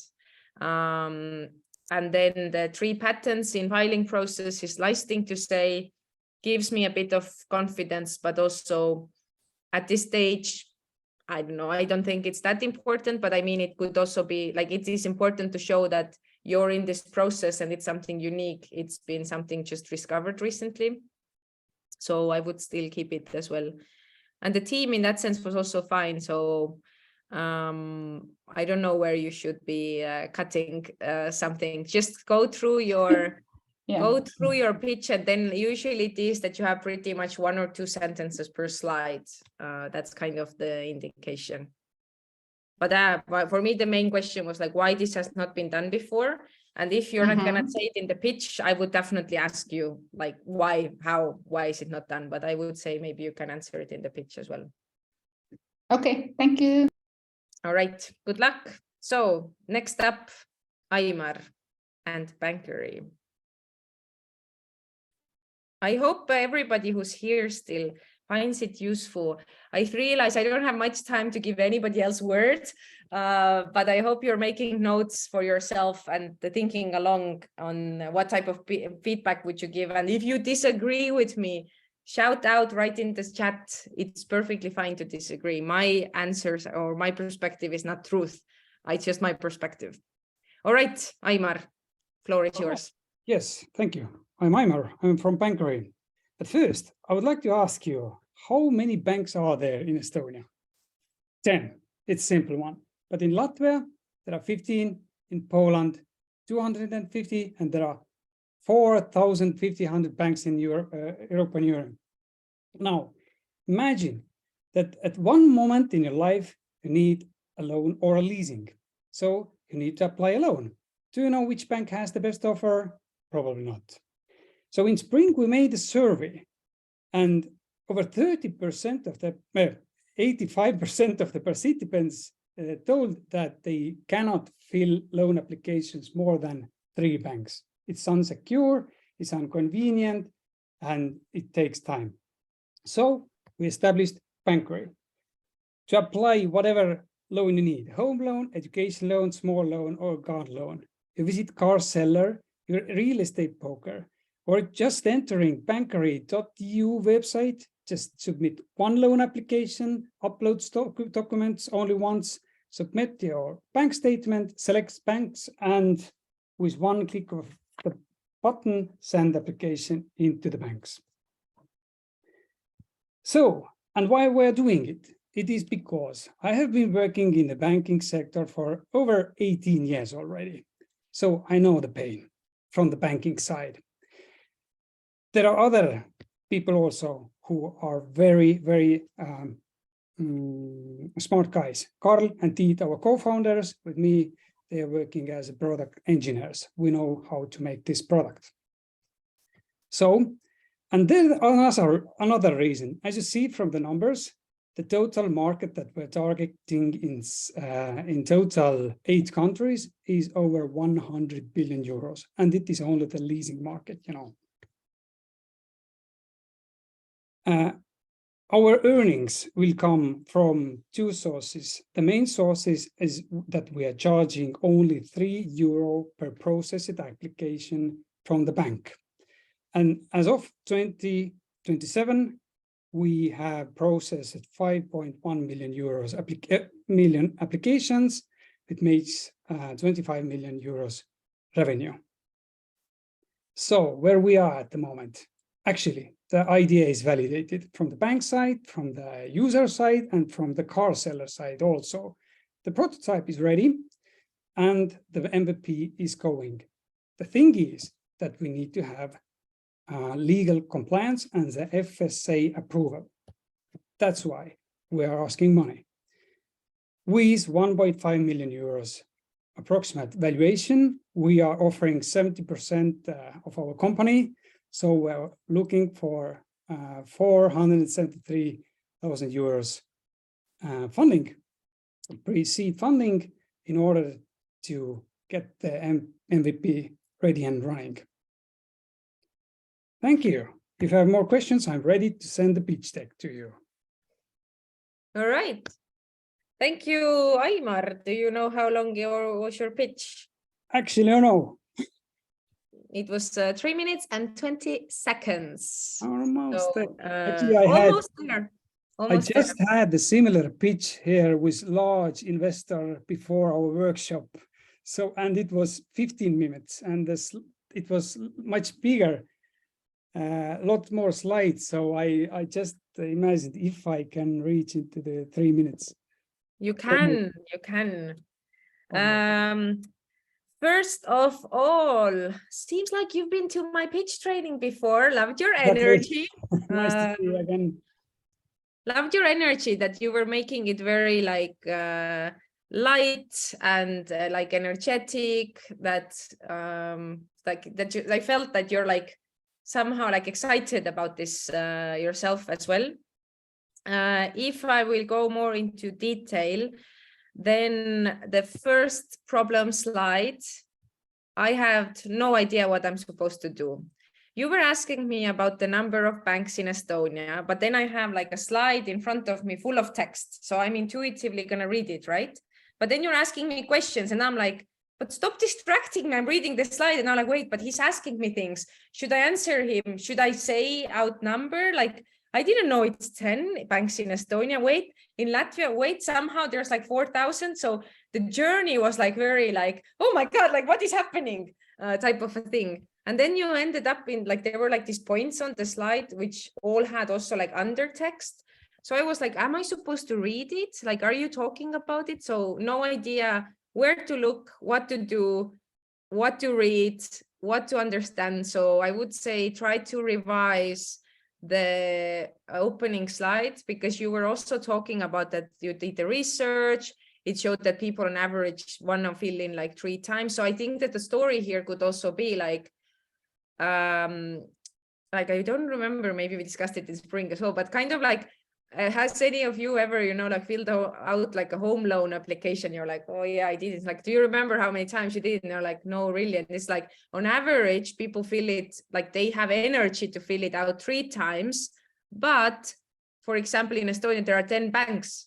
What if you only choose 3, but the 5th one had the best offer? So it's like more around this, because I'm understanding that your solution is, you know, like this one-stop shop for bank loan, like this home loan applications, right? So that's the thing that kind of like paint me a picture how you're repeating the same information over and over again. All right. So when there is the solution slide, then what I did see was a feature slide. What I was missing is our solution is a web platform that allows you to fill in bank loan, like a home loan application once, and it's distributed to all the banks. However, your 1 sentence thing is, say us 1 sentence and then tell us the features, give us this option. You can upload a document, you can this, you can that, you can do the third thing, etc. Joseph is giving advice. Yeah, but I don't thanks. know. I was also questioning about the percentage, but I thought it was 7. Actually, I thought it just up. Okay. Maybe not. So, but now you know. There is So no real do calculation behind it. yeah. So do think of having a sentence that says our solution is, and then this is what you showed that this under solutions were features for me. Not like it's not the solution, it's the feature what the application can do. Actually, I have this slide, but I took it out. Right, thanks. And in general, I kind of liked the design of your slides. They were like, it was kind of like this modern, very like banky vibe, but also from time to time, I found it hard to understand what you're telling me on the slide. Like, for example, the slide with this, like, what are the different market sizes? And then somehow, like, you're seeing like the little pieces. I was thinking like, but why Sweden starts like in the middle of the air? Like, what is happening? And then I was like, it kind of adds up. Look, people were nodding.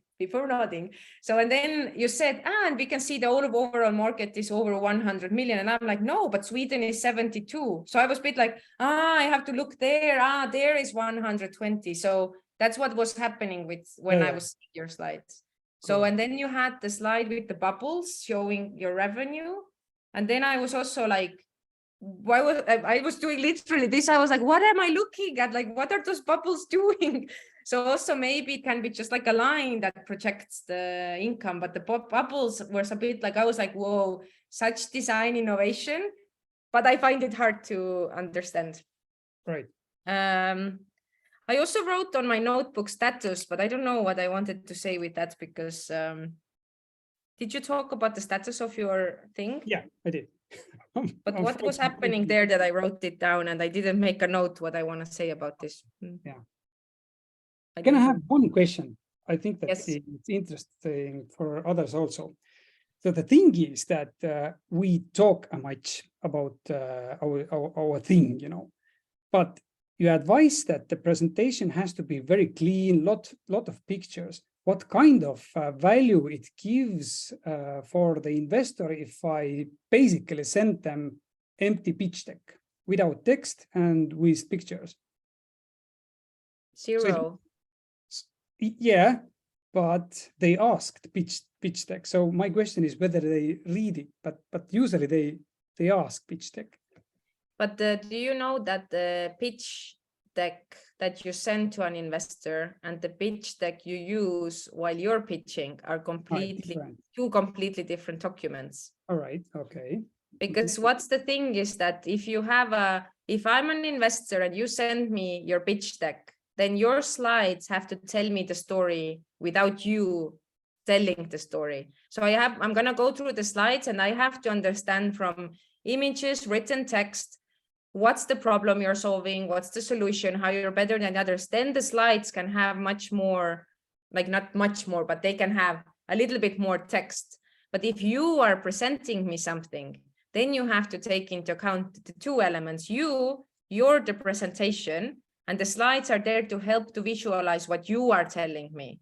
And then that's why it's important to understand if you're going to change a slide, my eyes are going to go to the slide. And that's the thing. If it's confusing, a lot of text, pictures, bubbles, whatever, then I'm like, what am I looking? And then you're talking completely something else. Then I'm like, what am I hearing? So it's completely two different slide decks that we're talking about. Okay, that was the missing point that I didn't know that these should be different, Yes, they should be different. Thanks. Yes. Fundamentally very important thing. Thank you. All right. So good luck. Thanks. So I think we had officially scheduled 2 hours. 2 hours are off, but there are 25,000 people still in the queue. So I'm open to keep going a little bit, but I don't know if we are gonna be able to reach to the end. And I'm just seeing, I think there's like at least 1 hour worth of pitch feedback still. But if you do great pitches and I'm just like, this was great, move on, then we can go faster. So Dima, like, I mean, if anybody wants to leave and be like, okay, this is done, it's already 8 in Estonia, then feel free to exit. You've been wonderful, but I'm also feeling that you're so excited here to get feedback that I don't want to cut your excitement and leave you hanging in the rain. So open to continue a little bit, but I might get tired at some point. All right, so Dima, do us your best pitch, please. But first you have to unmute yourself.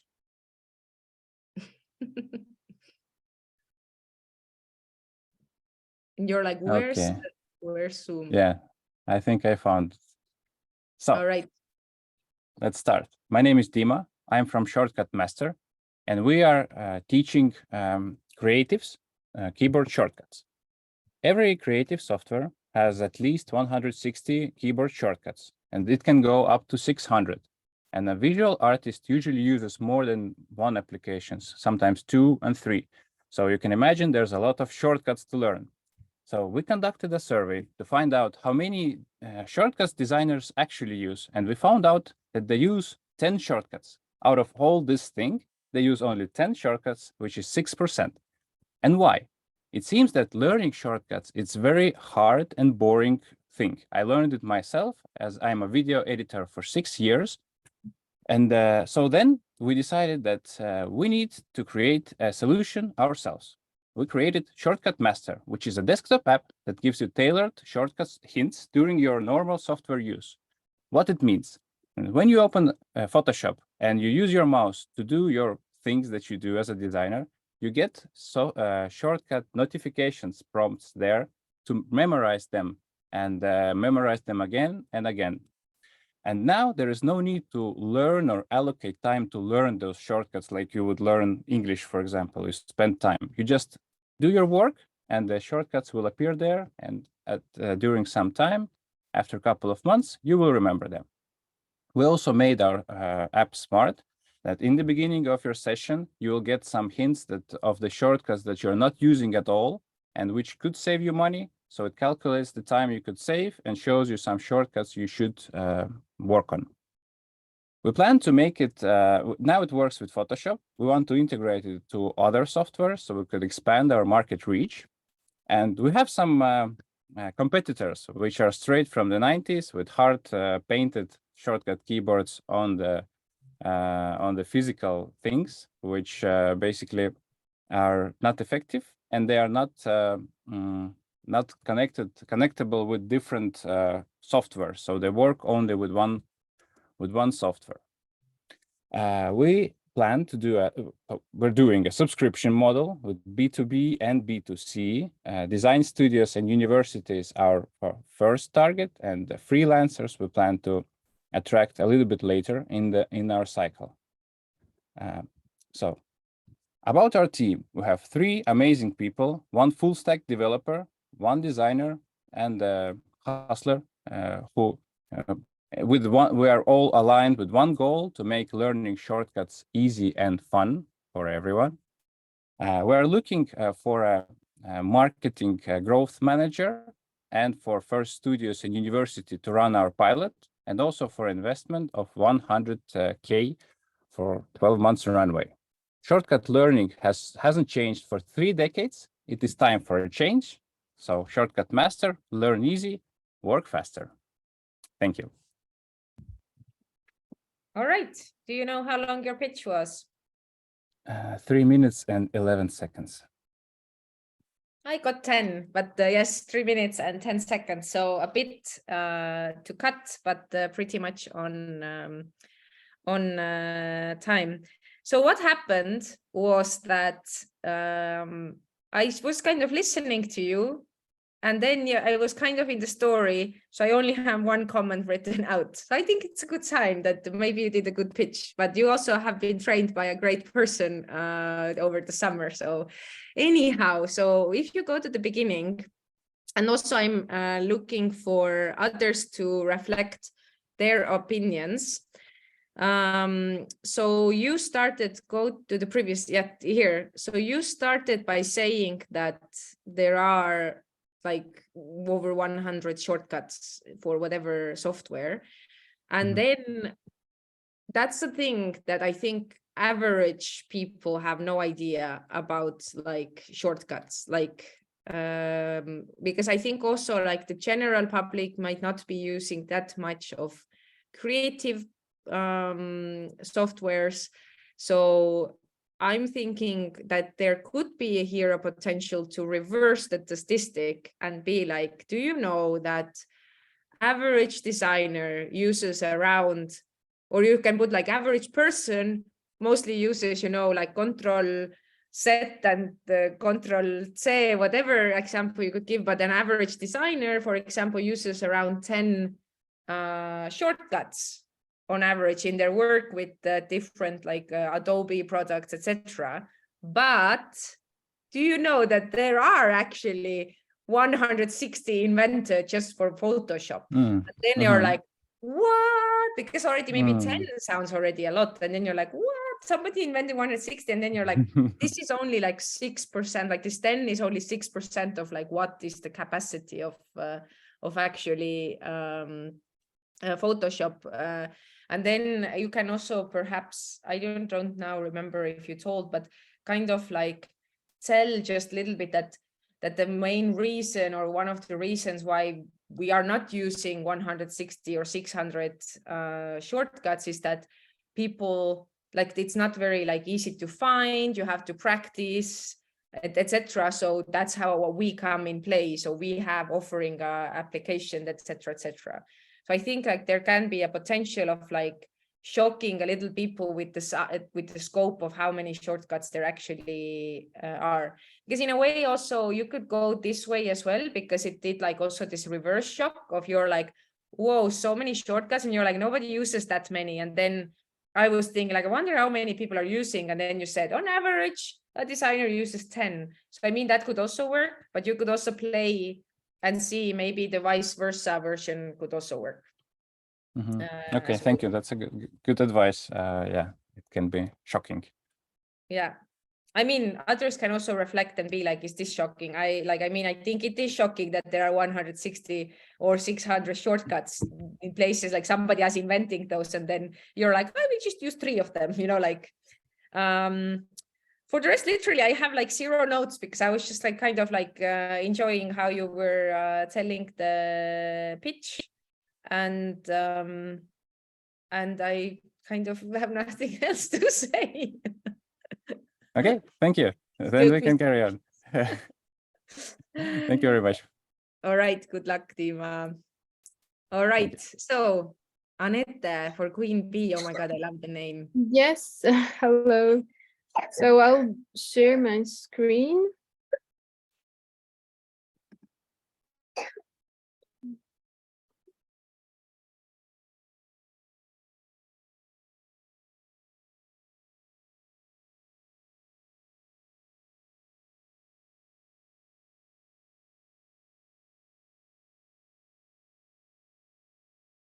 So I'll start. Hello, everyone. My name is Aneta.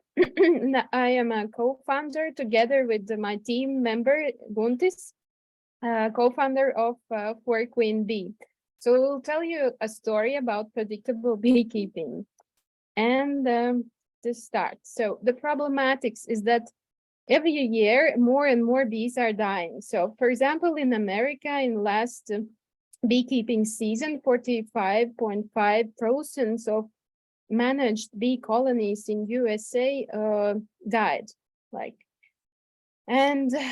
Nevertheless, in world, every year, till 30% of world bees are dying as well because of the climate change. Like we use a lot of pesticides, there is illnesses and parasites in the bees, and as well lack of food supply. So the conclusion is that bees cannot exist anymore without beekeepers. So the beekeepers are those ones who help bees to survive. They provide food, they provide treatment for illnesses. For that, we would like to offer a solution, which is a low-cost sensor device, tracking bee colonies in a real time with the help of sensor and application. The usage of sensor, we will track different kind of functions, like we will detect a rapid nectar flow, temperature, humidity, like is there a queen or not in the beehive. We will detect swarming 1 to 2 days ahead, and starvation signs for the bees. So the key advantages for this sensor are the lower working costs for beekeeper, because the apiary visits will be planned, and as well so lower CO2 emissions.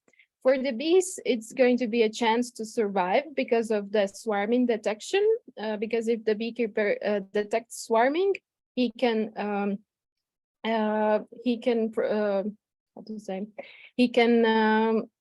use measures to not happen it.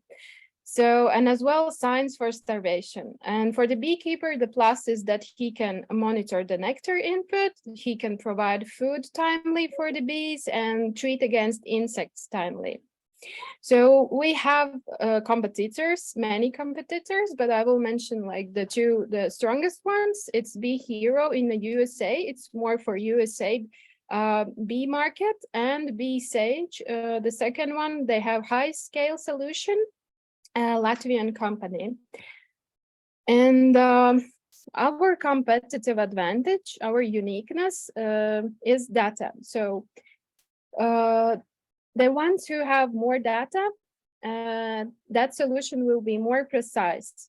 So we would like to provide audio dataset for digital copy of Europe's bee colonies. So the market, the target market for the next 5 years is 6 million euros. Annette, I have to cut you because you're already on 3:20, and I see you have a lot of slides still to go. What is happening? Yeah, somehow. Have you have you practiced it to fit in 3 minutes, or you're just? Yes, but I think in English it takes longer than in Latvian for me. It seems so. Yeah, that's the problem. Can I finish quickly, like the most important points? Okay, just so we can see your story and slides, yes, Yeah. but just So you know you're already over time. Yeah, okay. So, well, our business model, so it's B2C, and the target market is hobby beekeepers, and the equipment cost is 30 euros. For the client, we will ask 90 euros subscription fee for the hive, and 105 euros the installation fee. And we have the break-even point in the year third, and we expect 5% in increase of customers per week. So the export markets, at first we will target Latvia and the pilot customers, and the export market is going to be the Central and Western Europe, as you see in the chart. The main countries, Spain, Romania, Poland, France, which has the more hives, the biggest number of hives in Europe. And so far we have developed a prototype, we have got some funding, and at the moment we have developed visual image of the company. And the time planning, we plan to raise some more funds to make a pre-sale campaign in Latvia, and the next year, October, we plan to have scientifically approved solution. The team members are two. It's me, I'm Anna, the co-founder, responsible for the marketing projects and management, and Guntis, he's a co-founder and responsible for electronics, and he's a certified beekeeper for 6 seasons. Our needs, we need a new team member who is a web developer, 15,000 fundings, like grants we would like to use to identify customers in Europe. And we would like to target some pilot beekeepers to make a more robust, better solution. So thank you. All right, so this still took you like 2 minutes. So you are a lot over time. If I go to the beginning, then you said, I will tell you a story about this, whatever. Predictable beekeeping. You don't have to let us know what you're gonna be doing. Just do it. Just, okay. you say like, hi, I'm Anette for Queen Bee, and we want to save the bees, whatever your motto is. And then you can just start by telling the story.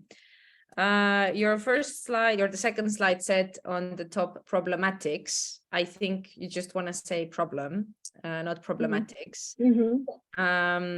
The slide had a lot of text that you were kind of talking yourself, but also saying some other things. So also think about if you're going to put like full sentences on the slide, I'm as a listener going to read them because I'm thinking, okay, this sentence must be important. But if you're reading out the sentence, or speaking out the sentence loud, I'm reading it faster with my eyes than you speak. So it becomes completely redundant. So I'm thinking also your perspective could be like, if you find some, I think there was some recently, some sort of like headlines in whatever newspapers that were saying that if the bees are dying, then we die next type of, like, you just find like a screenshot of a headline that says that the humans can't exist without bees. And then tell from this point of view that, do you know that if bees go extinct, we go extinct? And then you like make a pause for letting people to set it in, and you're like, oh no. And then you can go into saying that actually like it's a big problem because bees are dying, like every year 30% of bees are dying for different reasons. And then coming to the fact that bees can't exist anymore without people, so without beekeepers, so we have to kind of make sure that we like maintain the alive bees as long as possible. But so I would. But again, it's like a lot of problem description, like how to incorporate that in one slide for like all those problems, like the problems of the bees dying, problems of the like humanity, like for the connecting. But this can be, but I mean, this can be for you like two slides. I think you had like now 2 slides also about the problem. Usually it is one slide that just says the problem, but I mean, you can have 2. You can have one about like just to catch people's attention, or you can just say it also with words that did you know that if bees go extinct, we go next. Okay. And you leave like a dramatic pause, and then you show the slide that says that 30% of the bees in every year are dying just because of different reasons. What happened that you had this box that said that the bees can't bees can't survive anymore with beekeepers. So there was this like one really clear sentence. Yes. And then what you did, I don't know how many seconds you spent, but you did this, that you said, so now anymore bees can't survive without beekeepers. This means that beekeepers have to help the bees survive, but you explained it like really long, like the same sentence, but you kind of reversed the order of the words and explained it really long again. And I'm like, but we got the first sentence already, like you're spending time here for something that is not necessary. So just kind of like it was a clear sentence, and you can just use it or just kind of like move forward from that. And if you have your text written out, it should be visible for you also that you're just repeating yourself. Then just for reference of the time, when you were at 2:30, you were then talking about competitors. And when you were at 3 minutes, you were talking about competitive advantage. And that should be actually like kind of whatever all the things you want to say. Usually the structure is you say, what's the problem? What's the solution? What's our business model? What's our validation? What have we done so far? How are we better than competitors? Our next steps, team, and then the last call to action. Like that's how it usually goes with the 3 minutes. First minute you usually spend on problem solution. So by the end of first minute, you should be having that, okay, I've told what is the solution. And then you go into the features, the market size, market potential, competitors, all these things. And then the last minute, that's kind of the middle minute. And then the last minute is like next steps, team, call to action type of a thing. I mean, that's very roughly said. Like, I mean, make your own 3 minutes, but just giving you an indication that at 3 minutes, you were supposed to finish, but you were talking about competitive advantage, and then you still had 2 minutes of pitch to speak. What was two more comments is that you said what you have done so far, and you were saying like, yeah, we won some money in Climate Kick, and then it was like kind of like summer and then like autumn, or I don't know what is the timeline, but then for the like last stage, you said like, we have created our visual image. And I was a bit like, so you made yourself a logo, like that it kind of like was a bit underwhelming that you get like that you haven't really, you know, like built a prototype, or you haven't found, you know, like customers, so or pilot customers. So I would not say that, hey, we actually have made a logo. That's like the most irrelevant thing for audience and investors. So like you find something else to emphasize or highlight from the actions for your last months, the visual part, super not important. And then another thing which was interesting, which I have not seen before, is that you actually told us what's the shared division between you two. Oh, yes, yeah, it's described. I don't know if you see that it is important. I don't think if it's that important to see who owns what, how much. So I would cut it out. Okay. All right. And I like, and I agree with Joseph's comment that people don't know what apiary is, whatever the word is. I also had no idea. I guess it's a beekeeping word. And I was like, okay, I guess it's something. But I agree that a general audience probably doesn't. I mean, me and Joseph doesn't know, and I guess we represent here general audience here. So maybe you can find a synonym, or then give like two-word explanation what it actually is. Okay. Yep. But save the bees. And I think that could also be like your call to action in the end is like, you know, like help us to save the bees or something like that. That's it. Like, save the bees. Okay, thank All right. Thank you and good luck. I see we still have a queue. The queue is never ending. Ernest, Food Filter. Yes, that's me. All Can I right. start? Yes, you can.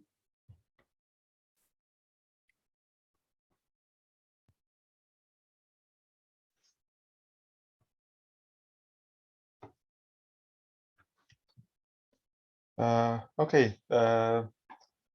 Food Filter is a mobile app to check the unwanted ingredients. About 1 in 10 adults in Europe or USA have food allergies, and more than half of them have experienced a severe reaction. And it's quite difficult to read ingredients. Many labels are with small script. People don't have a good eyesight, or some people just don't understand what's written inside of these ingredients. And our application, you just insert the things that you wouldn't like to eat in your profile, then go shopping, scan the barcode, and you'll get all the ingredients that you don't want in red, readable, sometimes translated to English, Estonian, and Russian. And it must be much easier for them to understand what they are eating. And as well, we have calculator and food diary. You can count calories, proteins, fat, carbohydrates, sugar, salt for people that have diets that are not connected to some kind of allergy. And we have a lot of competitors, but most of them are specialized either on fitness, sports, or very specific restrictions like halal, vegan, gluten-free, and others.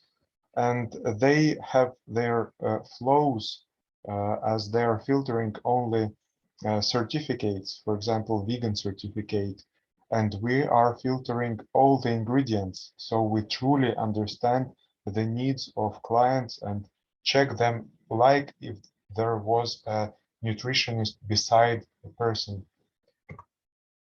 There are a lot of competitors out there, and the most successful are those having fitness focus, like MyFitnessPal, Nutrition Tracker, LiveSum, Yazio, and we have both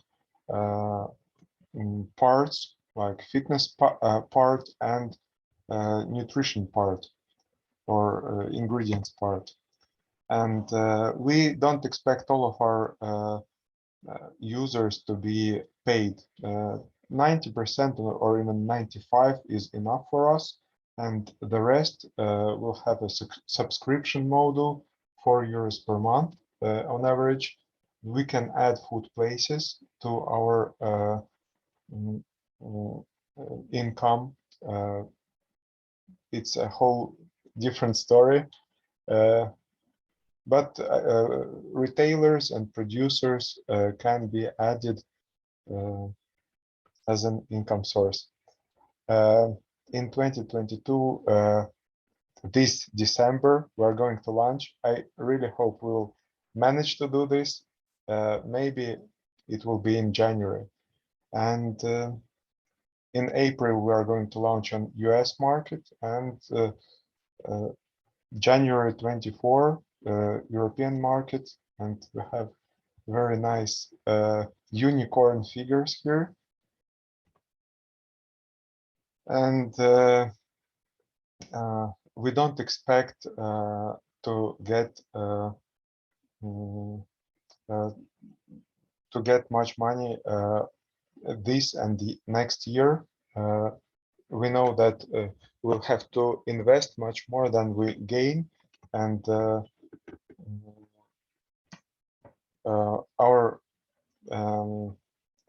we're going to get revenue late 2024, 2025.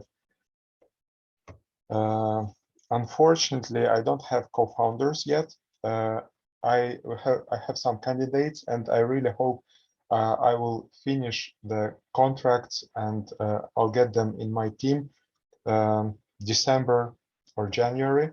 But we have an advisory board, and this is the team I'm working with right now. They help me a lot, and I really hope that one of them will join me later in this journey. Thank you, everybody, and I'm open for questions. All right. Do you know how long your pitch was? No, I don't. Were you improvising? I was improvising. Okay, that was 5 minutes. I didn't expect that at all. Because while you're pitching, you're in a different time dimension, yes, and yes. time runs differently. So yes, that's the thing. Is this a slide deck that you've been sending to investors? Yes. Okay. I know I need a new one. You need a new one. My main feedback is that there's too much happening. Yes. And it exactly feels like the slides are telling the story, and then you're trying to kind of see what you can tell about the slide, but there's just too much happening from the beginning. On the first slide, I don't know where to look. What's the statistic I should catch? The competitor slide, like, oh my God, choose main 2 or 3 and point, like, make your time, like, table yourself. Like, I had no idea what I'm supposed to do here. It's just too much information for me. You have to do the, like, sort out the information yourself and tell me only the most important thing. Yes. From the beginning, I missed your introduction. You didn't say, hi, I'm Ernst or Ernest, and I am from Food Filter, and we're going to do this. Yearly goals, too much text as well. Then the LinkedIn links for the advisors or also for your team slide, not needed because I can't click on them if it's like presented on a big screen. Yeah. So I think in general, you do need to like revise the slides a lot, like eliminate like 60% of the things from the slides. Yeah. And make them like, that's the thing, make you tell the story and the slides just visualizing what is it that you are currently talking about. Yes, and you have to cut down 2 minutes or so. So kind of, I would say what I would do first, I would write out the pitch first. And then kind of literally write out, you can take these slides as an inspiration, but write it out and then do the word count and see, okay, I have 360 words. Let me speak it out now. And then it's like, okay, I speak rather slower, so 360 is too much for me. Let me go for 300. So you write out the pitch, you practice it, then you're like, okay, cool, I can do it in 3 minutes. And then you make slides to support them. So try to go from that order. And then if you're not improvising, then I think you could also be a good presenter with like lively energy and presence, but now it was vibing a little that you were improvising and you were doubting what to say and all that. So that's why we learned the pitch by heart. All right, thank you so much. Thank you. And then we move on. I'm thinking if we move on to Kristin. I'm like, should I tell Alina my answer? Who was that person? Or should I keep it as a secret? All right, but Kristin, you're up for now. Okay, great, thank you. One moment. Hello, my name is Kristin, and today I'm introducing Exograph, which is exact grafting, and it's about surgical automated grafting technology. So what is grafting? Grafting is when tissues of plants are joined together to continue their growth. It has been practiced for thousands of years, and in the fields, it's still done manually to this day. So here lies the problem. Manual labor, especially in large-scale orchards. For example, apple trees bear fruit for 10 years, and then they need replacement. Also, they grow too high. A lot of work and lost produce. In Haili-Kaunatalu, which is one of the largest apple orchards in Estonia, more than 10,000 trees are treated by hand in one season. So that is grafting as well as pruning. So the solution, it's our revolutionary machine, which is mobile, it's automated, it's surgical. So it's a machine that grafts as well as combines the tops and the trees to the rootstocks. We have done initial prototyping, we've done initial test batches, and we also have validated our idea and concept with experts in the fields. We're also interrupting 2 big sectors, so not only orchards, but also forestry and logging markets, because both are expected to grow, and there is a distant goal for our machine, which has a huge environmental impact. So trees grow super slow. We can avoid clear cutting. We can graft the tops back to the stumps. It has never been done before. We don't have any competition, especially in the field. We can increase the growth rate 45%. It's also beneficial for the forest ecosystem and CO2 sequestration. We have various business models. So numerous extras on the core offering, which is the machine. We can rent instead of buy. We can have servicing and maintenance.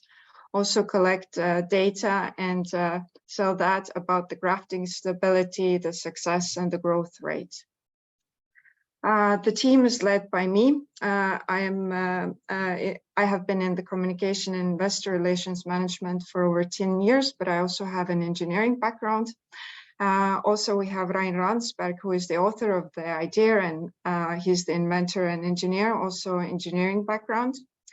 So what we need, funding to further develop the prototype, to partake in different programs and work together with development partners. So let's make a positive, tangible impact with our grafting technology. Thank you. All right, that was 3 minutes and 4 seconds. So basically in time, I think you can manage. Love to see that Ryan keeps inventing like a true inventor. So kudos for that. So I like that you were giving an explanation in the beginning of what is grafting. So you kind of educated, because I don't think that people know the English words, for example, and I'm like, I know, I've seen it actually being done, like in my family's apple trees, you know. Then if you go to the next slide, okay, that's actually, okay, not that one, next one. So here you kind of combined a lot of different things. You kind of we had like several slides and needed to consolidate to fit in. So you're having like our solution, there's some machine, but then you have some features, then you have Toivo and Kalmer. I have no idea what they're doing there. I thought that's your team. So then you talked about also what you have done so far. So I think it's different slides. It's like, first of all, our solution is a machine, like an invention that has not been done before. The features are this, it cuts this much time out, saves time, saves costs, whatever. So far, we have done this, that we have talked to Toivo and Kalmer. They are our first customers. We have done it, whatever this, that's a different slide already. Okay. Because now I was a bit like, so many things happening. I don't know where to look. For the business model slide, I'm a bit, oh wait, go back to the previous slide. This slide I somehow did not manage to have a look at, because I think I was maybe writing down something, but that somehow passed me, but I guess it's okay slide. It just says a lot of huge numbers. What I'm missing here is to understand the 2,000, 1,500, if you can put up there also that this is, we're talking about euros. We're talking about dollars, then I understand. And dollars and billions, like what's the meaning of the axis is what I'm missing for the Y axis. But if you go to the business model slide, I think what might happen here is that it's very bright on my computer screen, but and it's a bit hard to read in that sense, that what might happen in a bad quality projector is that it just kind of changes the colors and the black might not be readable. So I would try to maybe redesign the slide a little bit, and then also think like, what is the business model? Like, kind of like, I feel that you could emphasize that our core is subscription model, or we're like a rental of the machine, but then we have like side things that we are gonna have, like we're gonna offer maintenance, we're gonna give data, and that's all like the upsell part, but the core business is subscription model for the machine rental. And I think in general, I think you can win those 3 or 4 seconds. You're over that if you practice and you gain like this confidence in your pitch, then you can actually catch some time from there as well, because I felt like you were probably reading this pitch now.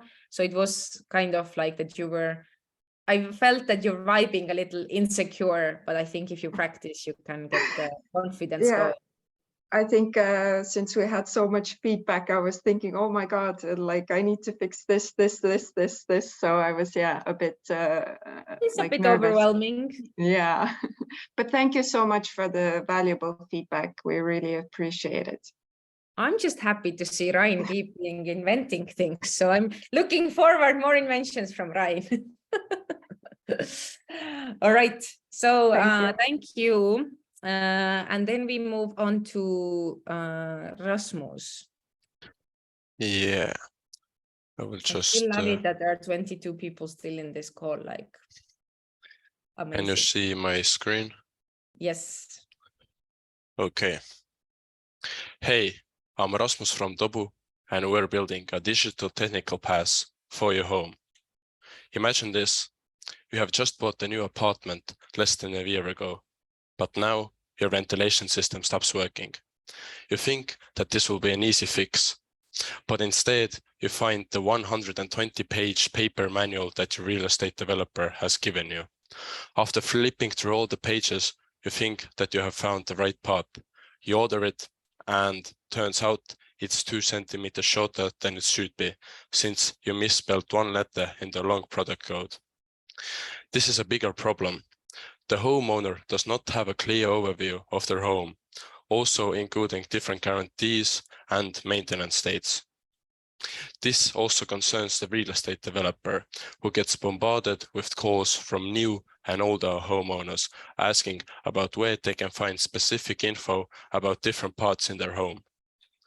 Dobu solves this problem by making an efficient system for the builder to create the technical pass. But instead of giving the homeowner a bunch of papers, we have created a platform for a digital technical passport. Here is an MVP that we are currently building. On the left, there are reminders about important dates. In the middle, there is basic information, and on the bottom, there is a list of all the different parts in your home that you can search for or click on to see more info. If you need to order anything, like a new part or service, then you can do that through our partners straight from Dobu. There's a huge market out there. 86,000 new apartments were built in the Nordics last year alone. Dobu solves the problem for the homeowner, but we also add value for 2 other parties from whom we make our money. We charge the real estate developer a fee per apartment and the service provider a monthly fee to get access to our users. But how far are we? We started a little more than 2 months ago from a Garage 48 hackathon, from where we are continuing building our MVP, and now we're in talks with Testbed Helsinki about the potential pilot project in the future. By the way, all of this is brought to you by 5 high school and 1 university student. Thank you. All right, Rasmus, how long it took you? I think a little more than 2.5 minutes. 2 minutes and 32 seconds. So you are right on the clock. Where have I heard you pitch before? Maybe Starter Tallinn. In spring? No, we're like just pitched on Monday. But I mean, like, but you have been to my pitch training before, haven't you? No? I think like not in real life. So. Okay, because I'm like, but I know these guys. You have been somewhere pitching this to me already. Like maybe some of my co-founders, because maybe. I have not. It was Siim. It was Siim. Yeah, he was in the pitch training. Okay, cool. That's how I. Okay, now the picture came together. All right. Fun fact to you, Rasmus. You were describing me in your problem and solution and all these things statement, because I did buy an apartment, and all these things that you're describing, that me and my partner are bombarding the real estate developer, or kind of like, hey, who was the architect of this thing? What's in this wall? How does this work? We're doing that. And then you're not getting answers. You're like, I want to put a TV on a wall. Can the wall carry? What is the wall made of? Like, we're doing these things, what you're describing. So I was like, oh, I could totally use this solution, first of all. Second of all, I think what you could do is, if you're actually on the stage, I would literally take like some papers with me on the stage, like some manuals, and like show like the front page and be like, this is what you have about your house, some sort of like a folder of your papers, and then go into describing the problem. Because yes, you said that there might be PDFs, but literally I have a drawer where I have like a little folder, and now if I want to change my ventilator settings, I literally have to go to the folder and be like, how is the ventilator working? Like, what's the manual? So very uncomfortable. So I would take some folder with me, and I would be like, this is it. Actually, from the hackathon where we started, we did that. So from in the Garage 48 hackathon, like when I was pitching, I like took some like big paper folder and then like threw it on the ground when we like talked about our solution. Did it work out well for you? Yeah, well, like I did not plan to like throw it, but it accidentally fell out and it added like a bigger effect, so everyone liked it. Okay, cool. I'm thinking that the slide design, I kind of like the minimalistic size approach, but I'm kind of feeling that the orange might be too bright. I don't know how about others. And I think I even have like this, let me see, I think I even have this flux on that is like dimming it a little bit, but I'm kind of thinking that again, it's at some point I was like, whoa, it makes my eyes hurt. Some people have like sensitive eyes, so it might feel a little bit too bright. So maybe I would make it a bit softer, but that's up to you. People have different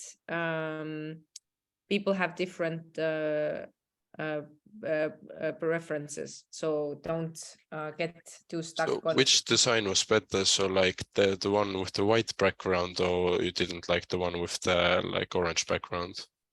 I kind of like that they were somehow like switching between themselves, but at the same time, like at times there was that the orange was kind of like too much somehow. It felt to me, but maybe like, I mean, if you maybe make it like a little bit like milder the orange, then it's fine. I kind of like that they were like changing in that sense. What I would also maybe add would be a little bit of pictures somewhere, because also your slides were just kind of like one sentence. I like the minimalistic approach, but also if it would have some sort of like a picture of a house or a sofa or whatever things that is like relevant for you, it's also just is like visualizing a little bit. And then if you go to the team slide, then one thing what was now a bit unclear for me is the timeline, and I'm like, I don't know, where are you like in the timeline? Like, I understand that like I know that the Garage hackathon was already started, Tallinn was already, but I don't know, is the website with demo done? Is you registered already? Like, kind of like, I don't understand what is done and what is still yet to be done. Yeah, like we didn't have enough time, but we just thought we'll put like the dates behind them, so like December, October, like Q1 2023, so it's like understandable. Or there should be like a line that we're here like at like registering the OU currently. But then maybe the little bubble is a place where you can put the little green tick inside, and then it's like, ooh, tick, tick, tick. And then we see that the last two bubbles are not yet done, for example. That's a good idea. Okay.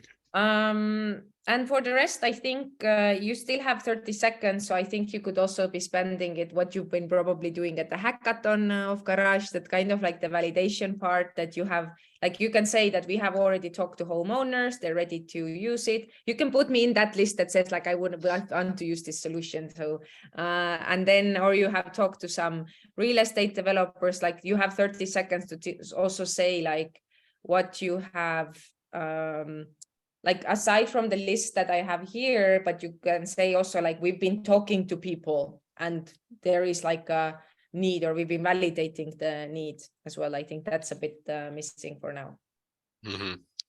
So maybe like one slide with the like number of people we have like validators with, so like 100 plus homeowners, like 10 plus real estate developers, so on. Yes, exactly.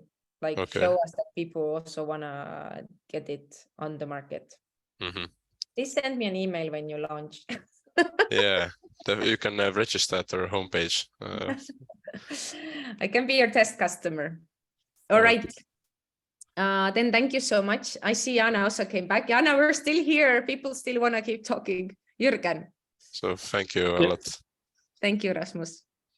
I just wanted to add to Rasmus that it's not real estate agents, but it's also maintaining companies who need this information.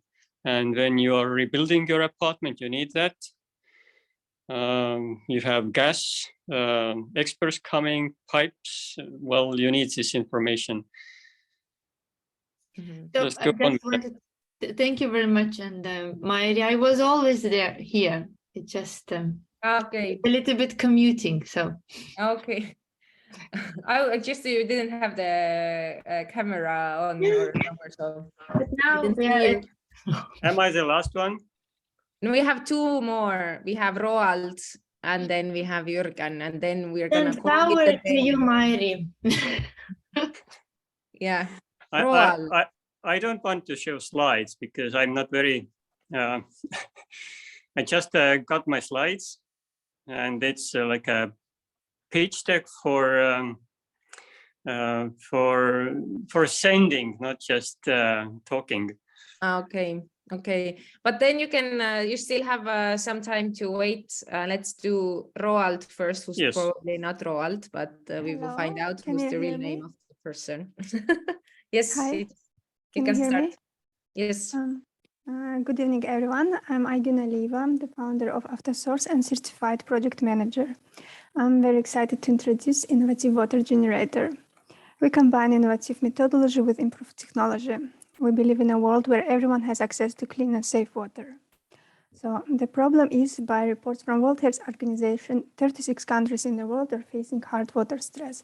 783 million of people have no access to clean, safe drinking water. It causes disease and death among children. For more information, please scan the QR code. Firstly, the design was made by Filippo Zenardi in 2019. The prototype was designed to produce 100 liters per hour using 3 kilowatts of energy. So AfterSource could be powered. No, AfterSource is based on revolutionary formula. The methodology was approved by Professor of Physics Thomas Browner in 2018. We have copyright of the software application, which was written by Topo Fabain. Currently, we work on modification and product development to decrease electricity use till 1 kilowatt and less. We plan to get a patent and start production in Baku, Azerbaijan. So our competitors use the common technology to extract water from the air, and that completely make them dependent on the weather and the climate. So AfterSource can work at any humidity and produce over 100 liters per hour using less energy than our competitors, as well as it could use alternative energy supply. Our market validation, the global atmospheric water generator market was valued at 2.15 billion in 2021, and it is expected to grow by 2030 till 4.56 billion. So please take a look at the global market share by its segments and regions, and as well you can see cost of water for human consumption. So we made some calculation and on both terms of electricity and environmental costs. So using one generator, we can generate 2,000 liters a day. That would be 730,000 liters a year. And electricity use, we will spend just $1,997 per year. Producing 1,000 units, we will save over $4 billion for $500,000 a year. Plus, we will save on environmental costs. So we ask $100,000 investment, and we believe that we will get pay off within 2 years. My personal investment will be 10%. Here's our market objectives. We target B2B and B2C, as well as B2G. On a roadmap, we are on stage 4, product development. And we plan to launch the product by 2024. Here's our team. Me, Aiguna Livan, project manager and owner of the idea, and Top of ABN data analyst and programmer. Rashad Khair Khabali, my assistant, automation and IT manager, and Sefer Aslanov is marketing manager. Thank you for your attention. Please scan QR code and support after source. Your support is appreciated. Thank you. Yeah. All right, thank you. Do you know how long your pitch was? I'm not sure. 3 minutes? 3 minutes, 50 seconds. Oh, more than I expected. More than, if you have your pitch written out, then doing word count will probably tell you that you have 400 words of the pitch, or even more than 400. So my first question to the audience who's still here, can somebody tell in one sentence, what is it that the AutoSource is doing? They're extracting water from the air. Oh, sorry. I started talking over somebody. They're extracting water from the air like a dehumidifier would do, using standard technology from what I understand, and converting that water into drinking water. Gaia wrote cleaning water. Jürgen, you wanted to say something? Or no? You're muted. Jürgen, you're muted. Thank you. They are taking water from here.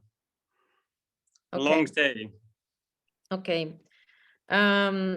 So kind of very confusing for me. I got so the beginning, I don't know if you were nervous, but you spoke like trying to reach a world record of fast speaking. It was extremely fast while you spoke in the beginning. Like in general, I think you spoke extremely fast. So I think you should kind of cut 50 seconds, but also cut down a little bit in the speed that you're speaking, so you can make pauses in your pitch.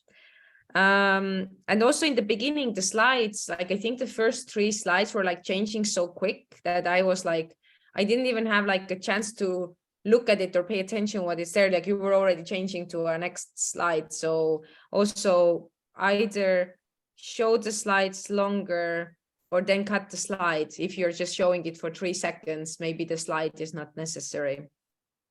What I missed is kind of this moment where you say our solution is, because you kind of said like product development and something, but I was missing that you would actually say what others were now saying, that our solution is a technology, how we take water from the air and make it into drinking water, etc. So like that's what I was a bit missing. In general, all the slides, I think exceptionally all the slides had way too much text. It felt like a slide deck for sending as an email, like in an email that doesn't have a presenter. But it was like, I just didn't know what I'm supposed to read. Like, for example, the slide with you had the environmental cost and all these aspects. So many things. I had no idea what I'm supposed to read. There were like 5 sentences, lot of numbers, all those things, and like a lot of slides had that element. So I would also cut down a lot of the text and only keep the most important points. And then I think there was a moment that you were mentioning the guy who, or the professor, the scientist who like invented this technology, like you mentioned him personally like 2 times. And I don't know if that person is like so important, maybe then please do mention him. But I found it also like a very academic approach that you have to, you know, point out that, you know, this person with this many titles and this much reputation came up with this thing like this amount of years ago. I found that it's not giving me much in this thing. What I want to know is that this technology is there, it's existing, but I don't need to know per se by name the date when this was, you know, invented. So also well, this technology is not there, it's not existing. We develop it. okay, but it's just like, I mean, okay, you can still say that you're developing it, but I mean, you have an idea of how the technology should work, right? Like otherwise you would not be working on it.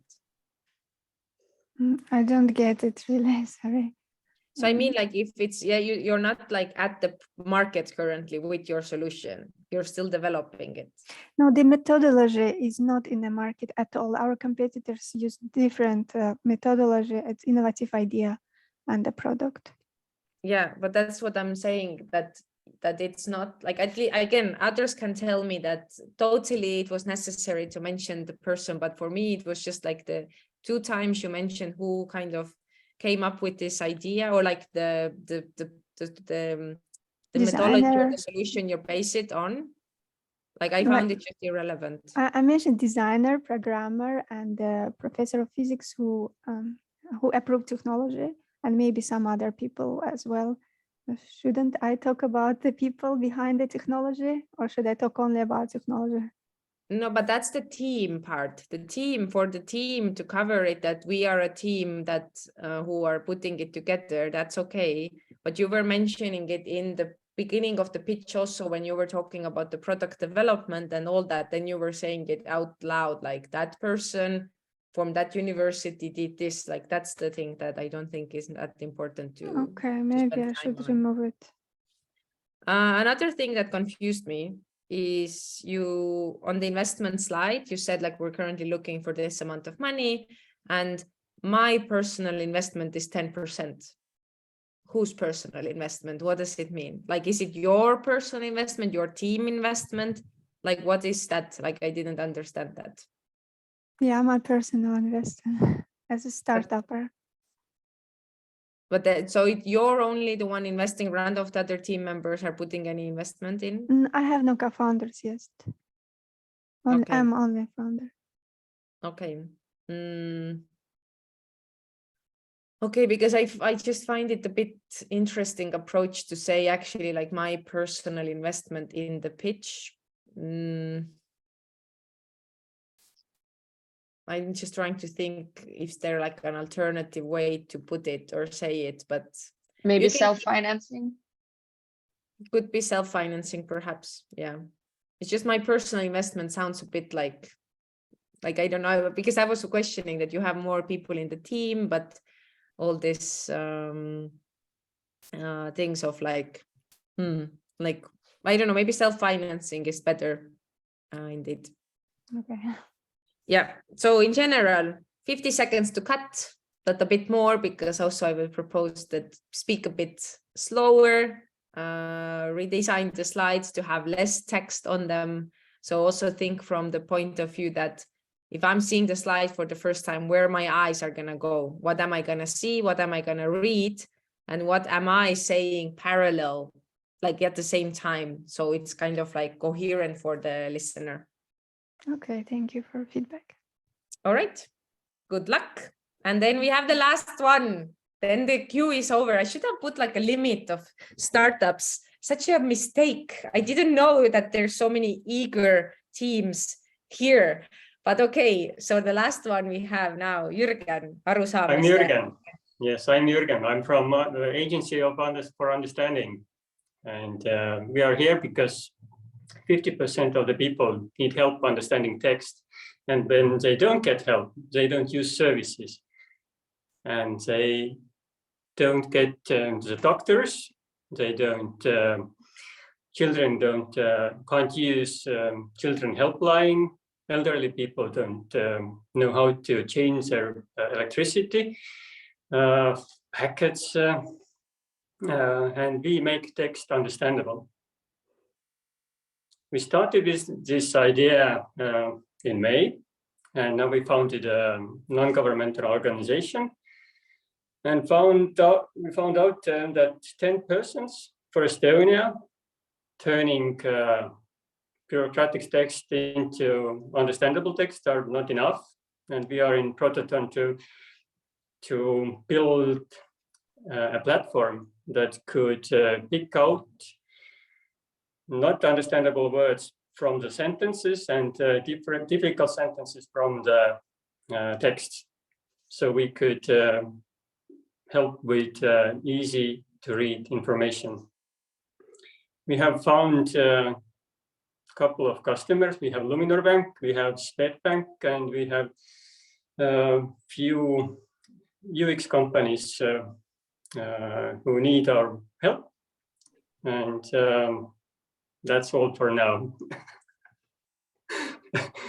It's really, really intense. And we found also an investment. Yesterday, we found that we need to answer a couple of more questions. And we have first 25,000 euros. And tomorrow we have a meeting for that. So it's like really like a roller coaster. This is why we don't have a speech deck yet. Welcome to the life of a startup. So is this where you like that's the pitch now for now? Yeah, that's the pitch now for now. Okay. Tomorrow is different and Monday it's different. Okay, cool. That was what do you think how long you had actually the part that you were pitching? Maybe minute and 20 seconds. Minute and 34. So approximately in the same range, what you were guessing. Can somebody tell me what is this Agency of Understanding doing?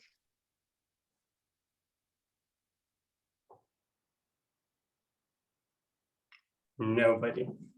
You're taking complex text and converts it in short, understandable, simple language text. Wow. Thank you, Kuntis. Thank you, Kuntis, indeed.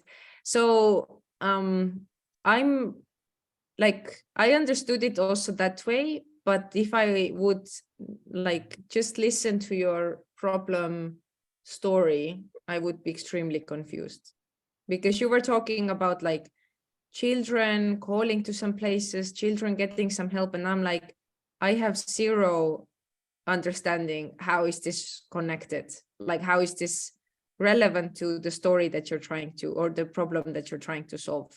Yeah, because, well, we are now into the different thing, and it's quite difficult to rearrange because we were doing this for people, and now we found that there's also money, and money is because companies need to be understandable. Services need to be understandable and readable. So that's why banks are asking us to do their job. So you're basically like a copywriting agency that just makes text understandable. Yes. Okay. I'm thinking what you should do on your slide in the beginning, telling a story, is you show some complex text. And then you say like, hey, this is like everyday life for, I don't know, banks. They have to say this to the clients because of, like, I don't know, legal reasons, financial law, whatever. And they use these words because this is put together by lawyers. But actually what they want to say is you change the slide and then it's like super simple sentence. So you kind of illustrate the problem to the whatever case you can find. I'm just brainstorming without having any visuals here helping me. That could be how you can tell the story in the beginning. I don't know, forget about whatever children thing, what you were saying about. Yes. Because or then you tell like, or if you want to bring in children for some reason, then I guess the story, what you wanted to say is that just children don't understand. It's not written in their level of language that they understand that this is where they can find help. But I mean, like, if you have some sort of like a standard case of complicated sentence that you're translating into human language, then just you could illustrate it.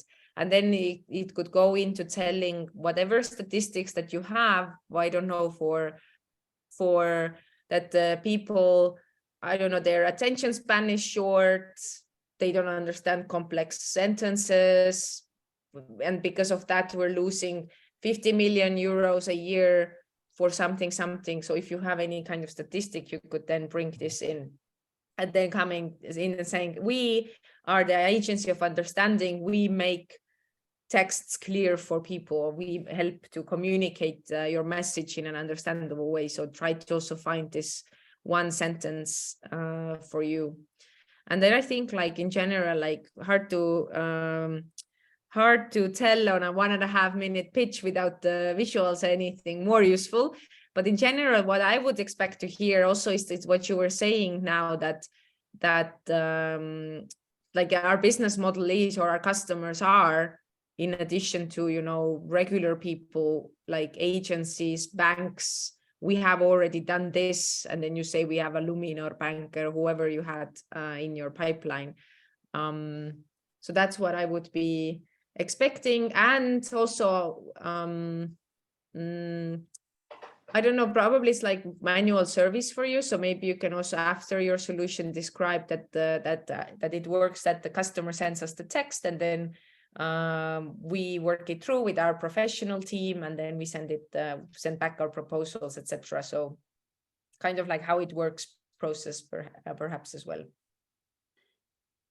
Thank you. And it sounds so easy. It is semi-easy. I mean, writing a good pitch takes time. So I'm very happy that you have 1 week to still get your texts written. Then you get them in the right range of words, then you practice it, and then you're like, okay, cool, let me make slides to illustrate what I want to say as well. We have slides. I have slides, but I try to speak naturally, but it doesn't happen so easily. I think it doesn't happen yet so easily for you because you haven't been talking that much about your thing. The more you talk about it, the easier it is for you to also improvise a pitch. But it might take a year or 2 even to get to that stage, or months. So definitely for everybody who's still here bravely after 3 hours and 15 minutes, to learn your pitches by heart. Like, that's how you start. Like, I do learn my pitches by heart whenever I have to pitch. I could improvise, but I know that it's much more easier for me to control my speed, to control my intonation, to control my emotion, the emotion I want the audience to have when I have the pitch by heart. And then it also becomes much easier to control also my body and what my body is doing. And is it going to run away from the stage, or is it actually on spot and I'm present and controlling what I'm saying as well? I have tomorrow meeting with an actor and director. So we could direct the pitch together. Ooh, awesome. All right. Are there any burning questions from the audience still here that is something unanswered? I just wanted to ask if I could send you our pitch to take a look. The text of the pitch? The slides, yeah. The slides or the text of the pitch? Good question. I was thinking the slides, but do you think it would be more useful to send you the text to review, I guess? If you give me the slides, I can just imagine in my head what might you be saying. If you tell me the text, I actually know what you're saying. Good point. But would you be willing to give some pointers if you see something, a rude mistake on our pitch jumping out at you. I can. So I don't know if I'm gonna write it in Slack to everybody, but your brave ones are still here. I don't know how many people, like how many different teams there are. We did here 15 different pitches, so that's pretty impressive number. So you can send me your pitch deck and your pitch text for some additional feedback. But it has to be like in the right length. And it's not that you send me 500-word pitch text to give feedback to. Ideally, you would send me a video of you pitching with slides also. Okay. That's perfectly fine. But I can only have a look at it starting from Monday. So you also have time to revise it. If you send it to me on Wednesday, I can't guarantee that I will give you feedback by the right time. So probably if you send it to me Monday, Tuesday, then by Wednesday I can give you some feedback. Thank you so much. I really, really appreciate it. Thank you. Yeah, I mean that was for everybody here, not only for Alina. So yeah. So Thank yeah. you, Mayri, that you're taking so much effort. And yes, on Wednesday, guys, you will not have any possibility to get more feedback, because on Monday at 5 you will be basically on the stage, those of you who will be on the stage, and it means that's it's already not a good point if somebody will start to give you feedback just before you're going to the stage. So because still it's your idea, it's your truth, it's your story, and you just be very confident, at least at the day when you are pitching. But if you also want to try out on the stage, which is also one of the good idea, when Mayri was mentioning several times of the stage, that when you are pitching like really on the stage in front of the public, then try to ask organizers to try the mic, the clicker, to feel yourself how you come up to the stage, how you stand there, what kind of lights adjust into your eyes. So for you, to feel the vibe. I will be in Proto Center where we will have the final pitches from 10 a.m. So it's something you can come and we can try with you, like to be on stage if you really need it. And you can also see how the slides work on the big screen. I really suggest you to come and try it if you are in top 10 and you will be pitching. Yes, is it possible to have online presentation? Yes, let's see. I mean, as soon as we will choose top 10, then of course we will be discussing with everyone how rather you need to come or how you can come and so on. And also just for the slides testing, it just happened last week that gave a pitch training, said, please don't make just black and white slides. Then we do a pitch drill, and then you see on the big screen, white background, black text. And I'm like, hey, what happened? Where's some color? And they're like, we have color. And I'm like, where? Our slide background is pink. And I'm like, it's not pink, it's white. And that's the thing, that the projector was so, I don't know, old or distorting colors that it completely ate up the pink. So that's why also it's why I was mentioning the green for Rain and Kristin, that it might be that it's just too, it can be distorted as well. So that's why we have to also choose somehow more neutral or softer colors that, that every beamer can project them. And really, I really appreciate that Mayri has mentioned it several times. Before expert committee, like in expert committee, we will be online. And it means that if you will be talking, if your slides will be moving, popping up, growing bubbles, changing colors, then you will steal the attention of the expert committees from yourself. So when you are in Zoom, you are the person, because it's still so complicated to to follow. Somebody is talking somewhere, and then it's like bubbles. It's like a TikTok. Then of course everybody will be looking for this TikTok, not what you are talking. And don't read, never read. Mayri, You are absolutely the best. I'm so happy that we have you so many rounds in a row in product round, because you see teams are adoring you. So me as a coordinator is super cool because I can choose the right mentors. Wonderful. So yes, use the opportunity. I really suggest you to send the videos, because it will be a little bit easier for Mayri to check, and for, for you, how you talk, this, because everything counts, because this is how you present your idea. Yes. Yes. Thank you for your active participation. It's been a pleasure. Too long, but a pleasure. Okay, let's have some rest. Yes. Ciao. Bye. Thank you. Bye. Goodbye. Thank you.